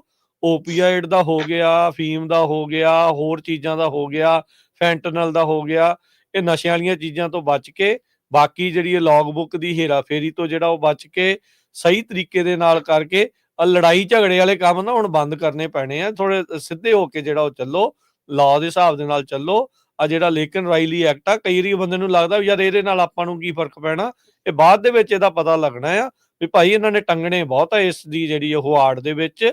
ਸੋ ਜਿਹੜਾ ਹਿਸਾਬ ਦੇ ਨਾਲ ਤੇ ਜਿਹੜਾ ਕਹਿ ਲਓ ਵੀ ਠੀਕ ਢੰਗ ਦੇ ਨਾਲ ਜਿਹੜਾ ਉਹ ਚੱਲਣਾ ਸ਼ੁਰੂ ਕਰੋ ਜੀ। ਇਹਦੇ ਵਿੱਚ ਨਾ ਦੋ ਚੀਜ਼ਾਂ ਮੈਂ ਐਡ ਕਰਨੀਆਂ। ਰਮਨ ਜੀ ਹੁਣੀ ਅੱਜ ਮੈਨੂੰ ਭੇਜੀ ਸੀ ਇੱਕ ਵੀਡੀਓ ਸਕੂਲ ਦੀ, ਕੋਈ ਹਰਿਆਣੇ ਦਾ ਨੌਜਵਾਨ ਆ ਵੀ ਸਾਡਾ ਸਕੂਲ ਆ ਇੱਥੇ ਯੂਟਾ 'ਚ ਆ ਜਾਓ, ਅਸੀਂ 2 ਵੀਕਾਂ 'ਚ ਲਾਇਸੈਂਸ ਦੇਣੇ, 20 ਦਿਨਾਂ 'ਚ। ਹੁਣ ਦੱਸੋ ਵੀ 2 ਵੀਕਾਂ ਦੇ ਵਿੱਚ ਤਾਂ ਬੰਦੇ ਨੂੰ ਕਾਰ ਨਹੀਂ ਆਉਂਦੀ ਹੈਗੀ, ਹਨਾ, ਤੇ ਨਾਲੇ ਤੁਸੀਂ ਫਿਰ ਆਪ ਮਾਰਨਾ, ਨਾਲੇ ਹੋਰ ਕਿਸੇ ਨੂੰ ਮਾਰਨਾ ਹੈ। ਭਾਜੀ ਤੁਸੀਂ ਸਹੀ ਤਰ੍ਹਾਂ ਵੀਡੀਓ ਪੂਰੀ ਸੁਣੀ ਨਹੀਂ। ਅੱਛਾ, ਉਹ ਪ੍ਰਮੋਸ਼ਨ ਉਹ ਕਹਿੰਦੇ ਸੀ ਵੀ ਕੰਮ ਵੀ ਕਰ ਸਕਦੇ ਕੁਛ ਇਦਾਂ ਦਾ। ਨਹੀਂ, ਉਹਦੇ 'ਚ ਲਿਖਿਆ ਸੀ ਤੁਹਾਨੂੰ ਟਰੱਕ ਦੇ ਵਿੱਚ ਬੈਠਣ ਦੀ ਵੀ ਲੋੜ ਨਹੀਂ। ਦੇਖ ਲਓ, ਦੱਸੋ। ਤੇ ਫਿਰ ਜਿਹੜਾ ਟਰੱਕ 'ਚ ਬੈਠੋ ਤੇ ਲੋਕਾਂ ਦੇ ਹੱਡਾਂ 'ਚ ਹੀ ਬੈਠੋ। ਤੁਸੀਂ ਇਹ ਸੋਚੋ ਵੀ ਉਹਦੇ ਵਿੱਚ ਇਹ ਕਹਿ ਰਿਹਾ ਕਿ ਤੁਹਾਨੂੰ ਟਰੱਕ ਦੇ ਵਿੱਚ ਵੀ ਬੈਠਣ ਦੀ ਲੋੜ ਨਹੀਂ ਹੈ, ਕਿ ਲਾਇਸੈਂਸ ਮਿਲ ਜਾਊਗਾ। ਅਸੀਂ 에ਅਰਪੋਰਟ ਤੋਂ ਚੱਕ ਲਾਂਗੇ, 에ਅਰਪੋਰਟ ਤੇ ਛੱਡਾਂਗੇ, ਰੋਟੀ ਪਾਣੀ ਵੀ ਦੇਵਾਂਗੇ। ਤੇ ਦੂਸਰੀ ਅੱਜ ਹਾਂਜੀ ਇੱਕ ਹੋਰ ਚੀਜ਼ ਜਿਹੜੀ ਮੈਂ ਐਡ ਕਰਦੇ ਆ, ਜਿਹੜੀ ਇਸ ਵੇਲੇ ਕਾਫੀ ਜਿਹੜੀ ਇੰਟੈਂਸ ਹੁੰਦੀ ਜਾ ਰਹੀ ਆ। ਰਾਜਕਿਰਨ 60 ਡੇਜ਼ ਹੋ ਚੱਲੇ ਆ ਨਵੰਬਰ 18 ਤੋਂ ਬਾਅਦ, ਜਿਹੜੇ ਅੱਜ ਜਨਵਰੀ 18 ਨੂੰ 60 ਡੇਜ਼ ਹੋ ਗਏ, ਜਿਹੜਾ ਕਿ ਨਵੰਬਰ 18 ਨੂੰ ਸੀਗਾ ਕਿ ਜਿਹੜੇ ਲਾਇਸੈਂਸ ਸੈਪ ਦੇ ਅੰਡਰ ਹੈਗੇ ਆ 1,78,000 ਦੇ ਕਰੀਬ, ਉਹਨਾਂ ਦੇ ਜਿਹੜੇ ਲਾਇਸੈਂਸ ਹੈਗੇ ਆ ਉਹ ਸਸਪੈਂਡਡ ਹੋ ਚੁੱਕੇ ਆ ਜਾਂ ਹੋ ਗਏ ਆ। ਸੋ ਇੱਕ ਤਾਂ ਉਹ ਅਪਡੇਟ ਹੈਗਾ, ਜੇ ਤੁਸੀਂ ਉਸ ਚੱਕਰ 'ਚ ਹੈਗੇ ਆ ਤਾਂ ਪਲੀਜ਼ ਆਪਣਾ ਲਾਇਸੈਂਸ ਜ਼ਰੂਰ ਚੈੱਕ ਕਰ ਲਓ। ਸਾਰੀਆਂ ਟਰੱਕਿੰਗ ਕੰਪਨੀਆਂ ਨੂੰ ਹਦਾਇਤ ਹੈਗੀ ਆ ਕਿ ਆਪਣੇ ਸਾਰੇ ਡਰਾਈਵਰਸ ਜਿਹੜੇ ਉਹਨਾਂ ਦੇ ਲਾਇਸੈਂਸ ਜਿਹੜੇ ਆ ਜ਼ਰੂਰ ਚੈੱਕ ਕਰੋ। ਇਸ ਵੇਲੇ ਇਹ ਸਿਸਟਮ ਚੱਲ ਰਿਹਾ ਹੈਗਾ ਕਿ ਜਦੋਂ ਕੋਈ ਵੀ ਡਰਾਈਵਰ ਪੋਜ਼ਿਟਿਵ ਆਉਂਦਾ ਹੈਗਾ, ਪਹਿਲਾਂ ਤਾਂ ਮੈਂ ਇਹ ਕਹਿ ਦਿਆਂ ਕਿ ਪੋਜ਼ਿਟਿਵ ਆਉਣ ਦੇ ਲਈ ਜਿਹੜਾ ਸਾਰਿਆਂ ਨਾਲੋਂ ਇਸ ਵੇਲੇ ਇੰਪੋਰਟੈਂਟ ਰੀਜ਼ਨ ਚੱਲ ਰਿਹਾ ਹੈਗਾ, ਉਹ ਇੰਡੀਆ ਦੀਆਂ ਦਵਾਈਆਂ ਖਾਣ ਦਾ ਹੈਗਾ। ਅੱਛਾ, ਉਹ ਕੋਈ ਵੀ ਇੰਡੀਆ ਦੀ ਆਯੁਰਵੈਦਿਕ ਦਵਾਈ, ਕੋਈ ਦੂਜੀ ਤੀਜੀ ਕੋਈ ਦਵਾਈ ਤੁਸੀਂ ਖਾਣੇ ਹੈਗੇ ਆ, ਉਹਦੇ ਵਿੱਚ ਬਹੁਤ ਪੋਜ਼ਿਟਿਵ ਆ ਰਹੇ ਹੈਗੇ। ਓਪੀਏਡ ਪੋਜ਼ਿਟਿਵ ਆ ਰਿਹਾ ਆ ਜ਼ਿਆਦਾ। ਹਾਂਜੀ ਓਪੀਆਇਡ ਪੋਜ਼ਿਟਿਵ ਆ ਰਿਹਾ, ਫੀਮ ਪੋਜ਼ਿਟਿਵ ਆ ਰਹੀ ਹੈ ਜਾਂ ਕੁਝ ਹੋਰ ਪੋਜ਼ਿਟਿਵ ਆ ਹਾਂਜੀ ਓਪੀਏਟ ਪੋਜ਼ਿਟਿਵ, ਕਈ ਮੈਰੀjuana ਪੋਜ਼ਿਟਿਵ, ਓਪੀਏਟ ਪੋਜ਼ਿਟਿਵ, ਕਈ ਚੀਜ਼ਾਂ ਆ ਰਹੀਆਂ ਹੈਗੀਆਂ। ਸੋ ਭਸਮਾਂ ਇਹ ਦੇ ਪਹਿਲਾ ਭਸਮਾਂ ਦੇ ਨਾਂ ਤੇ ਤੁਹਾਨੂੰ ਡਰੱਗ ਵੇਚੀ ਜਾਂਦੇ ਉੱਥੇ, ਜਦੋਂ ਬਚ ਸੋ ਗਏ ਇਹ ਜਿਹੜਾ। ਪਹਿਲਾ ਅਲਰਟ ਹੈਗਾ ਕਿ ਤੁਸੀਂ ਇੰਡੀਆ ਦੀ ਮੈਡੀਕੇਸ਼ਨ ਜੇ ਖਾਣੇ ਹੈਗੇ ਆ, ਪੇਨ ਕਿਲਰ ਖਾਣੇ ਹੈਗੇ ਆ, ਕੋਈ ਆਯੁਰਵੈਦਿਕ ਦਵਾਈ ਖਾਣੇ ਹੈਗੇ ਆ, ਸੋ ਉਹਦੇ ਵਿੱਚ ਇਹ ਚੀਜ਼ਾਂ ਮੌਜੂਦ ਨੇ ਔਰ ਤੁਹਾਡਾ ਡਰੱਗ ਟੈਸਟ ਪੋਜ਼ਿਟਿਵ ਆ ਸਕਦਾ। ਜਦੋਂ ਤੁਹਾਡਾ ਡਰੱਗ ਟੈਸਟ ਪੋਜ਼ਿਟਿਵ ਆ ਜਾਂਦਾ ਆ, ਤੁਸੀਂ ਸੈਪ ਦੇ ਕੋਲ ਜਾਂਦੇ ਆ, ਉਹਦਾ ਪ੍ਰੋਸੈਸ ਮੈਂ ਤੁਹਾਨੂੰ ਦੱਸਣਾ ਚਾਹੁੰਦਾ ਆ। ਸੈਪ ਦੇ ਕੋਲ ਜਾਣ ਤੋਂ ਬਾਅਦ ਤੁਹਾਨੂੰ ਜਿਹੜਾ ਆ ਸੈਪ ਇੱਕ ਸਰਟੀਫਿਕੇਟ ਦਿੰਦਾ ਕਿ ਤੁਸੀਂ ਰਿਟਰਨ ਟੂ ਡਿਊਟੀ ਰੈਡੀ ਹੈਗੇ ਆ, ਤੁਸੀਂ ਵਾਪਸ ਕੰਮ ਤੇ ਜਾ ਸਕਦੇ ਆ। ਤੁਸੀਂ ਜੇ ਪੋਜ਼ਿਟਿਵ ਆ ਗਿਆ ਤਾਂ ਮਤਲਬ ਇਹ ਨਹੀਂ ਵੀ ਜਿੰਨਾ ਚਿਰ ਤੁਹਾਡਾ ਨਿਕਲ ਕਲੀਅਰ ਨਹੀਂ ਹੁੰਦਾ ਤੁਸੀਂ ਕੰਮ ਨਹੀਂ ਕਰ ਸਕਦੇ। ਜਿਹੜਾ ਸੈਪ ਹੈਗਾ ਉਹ ਤੁਹਾਨੂੰ ਵਿਦਨ 1 ਡੇ, ਤੁਸੀਂ ਸਟੱਡੀ ਪੂਰੀ ਕਰ ਲਓ 4 ਘੰਟੇ ਦੀ ਆਨਲਾਈਨ, ਉਹ ਤੁਹਾਨੂੰ ਵਿਦਨ 1 ਡੇ ਰਿਲੀਜ਼ ਕਰ ਦਿੰਦਾ ਰਿਟਰਨ ਟੂ ਡਿਊਟੀ। ਜਿੱਦਾਂ ਹੀ ਤੁਸੀਂ ਰਿਟਰਨ ਟੂ ਡਿਊਟੀ ਰਿਲੀਜ਼ ਹੋ ਜਾਂਦੇ ਆ, ਤੁਸੀਂ ਉਸ ਵੇਲੇ ਜਿਹੜੀ ਟਰੱਕਿੰਗ ਕੰਪਨੀ ਤੁਹਾਨੂੰ ਹਾਇਰ ਕਰਨਾ ਚਾਹੁੰਦੀ ਆ, ਉਹ ਤੁਹਾਡਾ ਰਿਟਰਨ ਟੂ ਡਿਊਟੀ ਟੈਸਟ ਕਰਾਉਂਦੀ ਆ /ਪ੍ਰੀ ਇੰਪਲੋਇਮੈਂਟ। ਉਹ ਰਿਟਰਨ ਟੂ ਡਿਊਟੀ ਮੰਨਿਆ ਜਾਂਦਾ। ਉਹ ਰਿਟਰਨ ਟੂ ਡਿਊਟੀ ਜੇ ਤੁਹਾਡਾ ਨੈਗੇਟਿਵ ਆਉਂਦਾ ਆ ਤੇ ਉਸ ਕੰਪਨੀ ਦਾ ਫਰਜ਼ ਬਣਦਾ ਜਾਂ ਉਸ ਕੰਪਨੀ ਦਾ TPA ਜੇ ਜਿੱਥੋਂ ਉਹ ਕੰਪਨੀ ਆਪਣਾ ਡਰੱਗ ਟੈਸਟ ਪ੍ਰੋਗਰਾਮ ਕਰਵਾਉਂਦੀ ਆ, ਰੈਂਡਮ ਪ੍ਰੋਗਰਾਮ ਕਰਵਾਉਂਦੀ ਆ, ਉਸ ਕੰਪਨੀ ਦਾ ਜਾਂ ਇਸ ਟਰੱਕਿੰਗ ਕੰਪਨੀ ਦਾ ਉਦੋਂ ਰਿਕੁਆਇਰਡ ਹੈਗਾ ਕਿ ਦੇ ਗੋ ਟੂ ਕਲੀਅਰਿੰਗ ਹਾਊਸ ਤੇ ਉਸ ਡਰਾਈਵਰ ਦੇ ਅਕਾਊਂਟ ਦੇ ਵਿੱਚ ਜਾ ਕੇ ਉਹਦਾ return to duty drug test ਜਿਹੜਾ ਉਹ ਪੋਸਟ ਕਰਨ ਉੱਥੇ। ਉਹਦੇ ਨਾਲ ਡਰਾਈਵਰ ਦਾ ਕਲੀਅਰਿੰਗ ਹਾਊਸ ਦੇ ਵਿੱਚ ਰਿਟਰਨ ਟੂ ਡਿਊਟੀ ਪ੍ਰੋਸੈਸ ਜਿਹੜਾ ਸਟਾਰਟ ਹੋ ਜਾਂਦਾ। ਉਸ ਤੋਂ ਬਾਅਦ ਉਹ ਡਰਾਈਵਰ ਉਸ ਕੰਪਨੀ ਦੇ ਵਿੱਚ ਹਾਇਰ ਹੋ ਜਾਂਦਾ ਔਰ ਹਾਇਰ ਹੋਣ ਤੋਂ ਬਾਅਦ ਉਹ ਜਿੰਨੇ ਵੀ ਉਹਨੂੰ ਸੈਪ ਨੇ ਪ੍ਰਿਸਕ੍ਰਾਈਬ ਕੀਤੇ ਆ ਫਾਲੋ ਅਪ ਡਰੱਗ ਟੈਸਟ, ਉਹ ਉਹਨੂੰ ਪੂਰੇ ਕਰਨੇ ਪੈਂਦੇ ਆ। ਉਹ ਸਾਰੇ, ਚਾਹੇ ਉਹ 5 ਹੋਣ, 10 ਹੋਣ, 20 ਹੋਣ, 6 ਮਹੀਨਿਆਂ ਚ ਹੋਣ, ਸਾਲ ਚ ਹੋਣ, 2 ਸਾਲ ਚ ਹੋਣ, 3 ਸਾਲ ਚ ਹੋਣ, 5 ਸਾਲ ਚ ਹੋਣ, ਉਹ ਸਾਰੇ ਕੰਪਲੀਟ ਕਰਨ ਤੋਂ ਬਾਅਦ ਜਿਹੜਾ last follow up drug test ਆ, ਇਹ ਸਾਰੇ ਡਰੱਗ ਟੈਸਟ ਜਿਹੜੇ ਤੁਹਾਡੇ ਨੈਗੇਟਿਵ ਹੋਣੇ ਚਾਹੀਦੇ ਆ। ਸੋ ਜਿਹੜਾ last follow up drug test ਆ, ਉਹ ਜਿਹੜੀ ਕੰਪਨੀ 'ਚ ਤੁਸੀਂ ਉਸ ਵੇਲੇ ਕੰਮ ਕਰਦੇ ਆ ਫਾਲੋ ਅਪ ਲਾਸਟ ਦੇ ਵੇਲੇ, ਉਸ ਕੰਪਨੀ ਦਾ ਜਾਂ ਉਸ ਕੰਪਨੀ ਦੇ TPA ਦਾ ਫਰਜ਼ ਬਣਦਾ ਉਹ ਕਲੀਅਰਿੰਗ ਹਾਊਸ 'ਚ ਜਾ ਕੇ ਤੁਹਾਡਾ ਲਾਸਟ ਫਾਲੋ ਅਪ ਰਜਿਸਟਰ ਕਰਨ ਦਾ। ਜਦੋਂ ਲਾਸਟ ਫਾਲੋ ਅਪ ਰਜਿਸਟਰ ਕਰਨਗੇ ਉਦੋਂ ਹੀ ਤੁਹਾਡੀ ਜਿਹੜੀ ਆ ਵਾਇਲੇਸ਼ਨ ਜਿਹੜੀ ਆ ਉਹ ਕਲੀਅਰ ਹੋਊਗੀ। ਤੁਸੀਂ ਜਦੋਂ ਮੰਨ ਲਓ ਕਿ ਰਿਟਰਨ ਦੀ ਡਿਊਟੀ ਕਰਕੇ ਕੰਪਨੀ A ਦੇ ਵਿੱਚ ਤੁਸੀਂ ਕੰਮ ਸ਼ੁਰੂ ਕਰ ਲਿਆ, ਕੰਪਨੀ A ਦੇ ਵਿੱਚ ਤੁਹਾਡੇ 2 ਫਾਲੋ ਅਪ ਟੈਸਟ ਹੋ ਗਏ ਮੰਨ ਲਓ 4 ਮਹੀਨਿਆਂ ਦੇ ਵਿੱਚ, ਤੁਸੀਂ ਉਹ ਕੰਪਨੀ ਛੱਡਤੀ, ਠੀਕ ਆ। ਤੁਸੀਂ ਜਦੋਂ ਉਹ ਕੰਪਨੀ ਛੱਡਤੀ, ਉਦੋਂ ਉਹ ਕੰਪਨੀ ਛੱਡਣ ਤੋਂ ਬਾਅਦ ਜੇ ਤੁਹਾਨੂੰ ਮਹੀਨਾ 2 ਮਹੀਨੇ ਕੰਮ ਨਹੀਂ ਕਰਦੇ ਤੁਸੀਂ, ਤੁਹਾਡੇ ਫਾਲੋ ਅਪ ਡਰੱਗ ਟੈਸਟ ਜਿਹੜੇ ਆ ਉਹ ਪੌਜ਼ ਹੋ ਜਾਣਗੇ। ਉਹ ਤੁਸੀਂ ਆਪਦੇ ਆਪ ਦੁਬਾਰਾ ਜਾ ਕੇ ਨਹੀਂ ਕਰਾ ਸਕਦੇ, ਉਹ ਪੌਜ਼ ਹੋ ਜਾਣਗੇ। ਪੌਜ਼ ਹੋਣ ਤੋਂ ਬਾਅਦ ਜਦੋਂ ਤੁਸੀਂ ਦੁਬਾਰਾ ਕਿਸੇ ਟਰੱਕਿੰਗ ਕੰਪਨੀ 'ਚ ਕੰਮ ਸ਼ੁਰੂ ਕਰੋਗੇ, ਉੱਥੋਂ ਫਿਰ ਤੁਹਾਡੇ ਫਾਲੋ ਅਪ ਦੁਬਾਰਾ ਸ਼ੁਰੂ ਹੋਣਗੇ। ਸੋ ਇਹ ਜਿਹੜਾ ਪ੍ਰੋਸੈਸ ਹੈਗਾ, ਇਸ ਪ੍ਰੋਸੈਸ ਦੇ ਵਿੱਚ ਸਾਰਿਆਂ ਨੂੰ ਜਾਣੀ ਹੁਣ ਪ੍ਰੋਬਲਮ ਕੀ ਆ ਰਹੀ ਆ ਕਿ ਜਿਨ੍ਹਾਂ ਲੋਕਾਂ ਦੇ ਸੈਪ ਦੇ ਥਰੂ ਜਿਨ੍ਹਾਂ ਦੇ ਗਏ ਆ, ਜਿਨ੍ਹਾਂ ਦੇ ਪੋਜ਼ਿਟਿਵ ਆਏ ਆ, ਉਹਨਾਂ ਨੇ ਆਪਣਾ ਸੈਪ ਦੇ ਥਰੂ ਪ੍ਰੋਗਰਾਮ ਵੀ ਕਰ ਲਿਆ, RTD ਕਰ ਲਿਆ, ਰਿਟਰਨ ਦੀ ਡਿਊਟੀ ਕਰ ਲਿਆ, ਲੇਕਿਨ ਉਸ ਕੰਪਨੀ ਨੇ ਜਾ ਕੇ ਕਦੀ ਵੀ ਉਹਦੇ ਵਿੱਚ ਅਪਡੇਟ ਨਹੀਂ ਕੀਤਾ ਉਹਨਾਂ ਨੇ ਪ੍ਰੋਫਾਈਲ ਦੇ ਵਿੱਚ ਕਲੀਅਰਿੰਗ ਹਾਊਸ ਦੇ ਵਿੱਚ ਕਿ ਇਹਨਾਂ ਨੇ RTD ਪੂਰਾ ਕੀਤਾ ਜਾਂ ਇਹਨਾਂ ਨੇ ਫਾਲੋ ਅਪ ਪੂਰੇ ਕੀਤੇ ਆ। ਉਹਨਾਂ ਲੋਕਾਂ ਦੇ ਵੀ ਲਾਇਸੈਂਸ ਜਿਹੜੇ ਆ ਉਹ ਇਸ ਵੇਲੇ ਸਸਪੈਂਡ ਹੋ ਰਹੇ ਆ। ਸੋ ਇਹ ਮੇਕ ਸ਼ੋਰ ਕਰੋ ਕਿ ਜੇ ਤੁਸੀਂ ਸੈਪ ਦੇ ਅੰਡਰ ਹੈਗੇ ਆ, ਜੇ ਤੁਸੀਂ ਸੈਪ ਡਰਾਈਵਰ ਹੈਗੇ ਆ, ਤੁਹਾਡੇ ਫਾਲੋ ਅਪ ਚੱਲ ਰਹੇ ਆ, ਤੁਹਾਡੀ ਕੰਪਨੀ ਜਿਹੜੀ ਆ ਉਹ ਤੁਹਾਡੇ ਕਲੀਅਰਿੰਗ ਹਾਊਸ ਦੇ ਵਿੱਚ ਜਾ ਕੇ ਉਹ ਜਿਹੜੀ ਆ ਰਿਪੋਰਟ ਸਬਮਿਟ ਕਰ ਰਹੀ ਆ। ਫਸਟ RTD ਸਬਮਿਟ ਕਰਨਾ ਪੈਂਦਾ, ਫਿਰ ਲਾਸਟ ਫਾਲੋ ਅਪ ਸਬਮਿਟ ਕਰਨਾ ਪੈਂਦਾ, ਉਸ ਤੋਂ ਬਾਅਦ ਜਾ ਕੇ ਤੁਹਾਡੀ ਵਾਇਲੇਸ਼ਨ ਕਲੀਅਰ ਹੁੰਦੀ ਆ। ਅਦਰਵਾਈਜ਼ ਤੁਹਾਡਾ ਜਿਹੜਾ ਲਾਇਸੈਂਸ ਆ ਉਹ ਸਸਪੈਂਡ ਹੋ ਸਕਦਾ। ਔਰ ਕਈ ਜਣਿਆਂ ਦੇ ਪਿਛਲੇ ਵੀਕ ਦੇ ਵਿੱਚ ਲਾਇਸੈਂਸ ਸਸਪੈਂਡ ਹੋਏ, ਜਿਨ੍ਹਾਂ ਦੀ ਮੈਨੂੰ ਕਾਲ ਆਈ ਆ ਕਿ ਅਸੀਂ DME 'ਚ ਲਾਇਸੈਂਸ ਕਲੀਅਰ ਆਪਣਾ ਰਿਨਿਊ ਕਰਾਉਣ ਗਏ ਸੀ ਤੇ ਉਹਨਾਂ ਨੇ ਸਾਨੂੰ ਕਿਉਂ ਕਹਿਤਾ ਵੀ ਜਾ ਕੇ drug and alcohol clearing house ਦੇ ਵਿੱਚ ਪਹਿਲਾਂ ਦੇਖੋ ਜਾ ਕੇ। ਜੀ ਜੀ ਜੀ ਥੈਂਕ ਯੂ। ਤੇ ਜਾਂਦੇ ਰਾਜ ਜੀ ਤੇ ਰਮਨ ਜੀ, ਇੱਕ ਵਾਰੀ ਫੇਰ ਆਪਾਂ ਪੰਜਾਬੀ ਰੇਡੀਓ USA ਵੱਲੋਂ ਤਿੰਨਾਂ ਵੱਲੋਂ ਆਪਾਂ ਸਾਰੇ ਜਿੰਨੇ ਵੀ ਸਾਡੇ ਸਰੋਤੇ ਆ, ਖਾਸ ਕਰਕੇ ਟਰੱਕਿੰਗ 'ਚ ਬੇਨਤੀ ਆ ਵੀ ਭਾਈ ਕੋਈ ਉਦਾਂ ਦਾ ਕੰਮ ਨਾ ਕਰੋ ਜਿਹਦੇ 'ਚ ਬਦਨਾਮੀ ਹੋਵੇ ਆਪਣੀ। ਟਰੱਕਰਸ ਡਰੱਗ ਨੂੰ ਲੈ ਕੇ ਬਹੁਤ ਜ਼ਿਆਦਾ ਬਦਨਾਮੀ ਹੋ ਚੁੱਕੀ ਆ। ਅੱਜ ਸੈਕਰਾਮੈਂਟੋ ਤੋਂ ਰਮਨ ਜੀ ਮੈਨੂੰ ਕਾਲ ਆਈ, ਕਹਿੰਦਾ ਵੀ ਮੈਂ ਭਾਜੀ ਉੱਥੇ ਗਿਆ ਸੀ DMV 'ਚ ਤੇ ਆਪਣੇ ਉੱਥੇ 3-4 ਸਿੰਘ ਸੀ, ਉਹਨਾਂ ਦੇ ਟੈਸਟ ਪਾਸ ਹੋਏ ਤਾਂ ਕਹਿੰਦਾ ਉੱਚੀ ਉੱਚੀ ਜਕਾਰੇ ਲਾਉਣ ਲੱਗੇ ਹੋ ਤੇ ਸਾਰੇ ਕਹਿੰਦਾ ਲੋਕ ਆਲੇ ਦੁਆਲੇ ਦੇਖਣ ਵੀ ਇਹ ਕੀ ਹੋ ਗਿਆ ਉੱਥੇ, ਹਨਾ। ਤੇ ਕਹਿੰਦਾ ਨਾਲ ਫਿਰ ਜਿਹੜਾ ਟੈਸਟ ਲੈਣ ਵਾਲਾ ਸੀ ਉਹ ਕਾਲਾ ਸੀਗਾ ਤੇ ਉਹਦੇ ਗੋਡੇ ਹੱਥ ਵੀ ਲਾਈ ਜਾਣ ਹਨਾ। ਸੋ ਇਹ ਇਦਾਂ ਦੇ ਕੰਮ ਨਾ ਕਰੋ ਹਨਾ, ਇਹ ਬਹੁਤ ਮਾੜੀ ਗੱਲ ਆ। ਹੁਣ ਕੱਲ ਨੂੰ ਕੋਈ ਵੀਡੀਓ ਬਣਾ ਕੇ ਉੱਤੇ ਚੜ੍ਹ ਦਿਓ ਤੇ ਫਿਰ ਤੁਸੀਂ ਦੇਖੋ, ਫਿਰ ਲੋਕਾਂ ਦੇ ਕਮੈਂਟ ਦੇਖੋ ਥੱਲੇ ਕੀ ਹੋਣਾ ਹੈ ਹਨਾ। ਸੋ ਬਿਲਕੁਲ ਰੋਲ ਮਾਡਲ ਬਣੋ। ਬਹੁਤ ਸਖਤੀ ਹੋਈ ਹੈਗੀ ਆ ਇਮੀਗ੍ਰੇਸ਼ਨ ਨੂੰ ਲੈ ਕੇ। ਆ ਸਾਡੇ ਸਰੋਤੇ ਕਮੈਂਟ ਵੀ ਪਾਈ ਜਾਂਦੇ ਸੀ ਕਿ ਸ਼ਾਇਦ ਸਕੇਲ ਤੇ ਵੀ ਆਈ ਸਾਲੇ ਸੀਗੇ, ਪਰ ਇਹ ਕਿਤੇ ਹਜੇ ਕਨਫਰਮ ਤਾਂ ਨਹੀਂ ਹੋਇਆ। ਪਰ ਜਿੰਨੇ ਰੂਲ ਚੇਂਜ ਹੋਏ ਆ, ਜੇ ਕਿਸੇ ਨੇ ਮਾੜੀ ਜਿਹੀ ਵੀ ਗਲਤੀ ਕੀਤੀ ਆ, ਜਿਹੜਾ ਬੰਦਾ ਸਿਟੀਜ਼ਨ ਨਹੀਂ ਬਣਿਆ, ਤੇ ਜਿਸ ਤਰ੍ਹਾਂ ਰਾਜਕਰਨਵੀਰ ਸਿੰਘ ਹੋਣੀ ਦੱਸਿਆ ਵੀ ਗੌਟਾਮੋ ਵੇ ਕੱਲ ਟਰੰਪ ਉਹਨਾਂ ਨੇ ਕਹਿ ਦਿੱਤਾ ਵੀ 30,000 ਬੈੱਡ ਗਿਟਮੋ ਜਿਹੜੀ ਆ ਕਿਊਬਾ ਦੇ ਲਾਗੇ ਆ ਉੱਥੇ ਲਾ ਦਿਓ, ਤੇ ਉੱਥੋਂ ਫਿਰ ਅਸੀਂ ਦੇਖਾਂਗੇ ਜਿੱਥੇ ਜਿੱਥੇ ਬੰਦੇ ਜਿਹੜੇ ਡਿਪੋਰਟ ਕਰਨੇ ਹੈਗੇ ਆ ਜੀ। ਸੋ ਲਾ ਅਬਾਈਡਿੰਗ ਬਣੋ ਜੀ, ਕਾਨੂੰਨ ਦੇ ਹਿਸਾਬ ਦੇ ਨਾਲ ਚੱਲੋ, ਜੋ ਕਿ ਪਹਿਲਾਂ ਵੀ ਚਾਹੀਦਾ ਸੀਗਾ ਤੇ ਹੁਣ ਤਾਂ ਜ਼ਿਆਦਾ ਜ਼ਰੂਰੀ ਜਿਹੜਾ ਉਹ ਚਾਹੀਦਾ। ਤੇ ਮਿਹਰਬਾਨੀ, ਧੰਨਵਾਦ ਸਭ ਦਾ ਹੀ। ਸਤਿ ਸ਼੍ਰੀ ਅਕਾਲ ਜੀ। ਸਤਿ ਸ਼੍ਰੀ ਅਕਾਲ।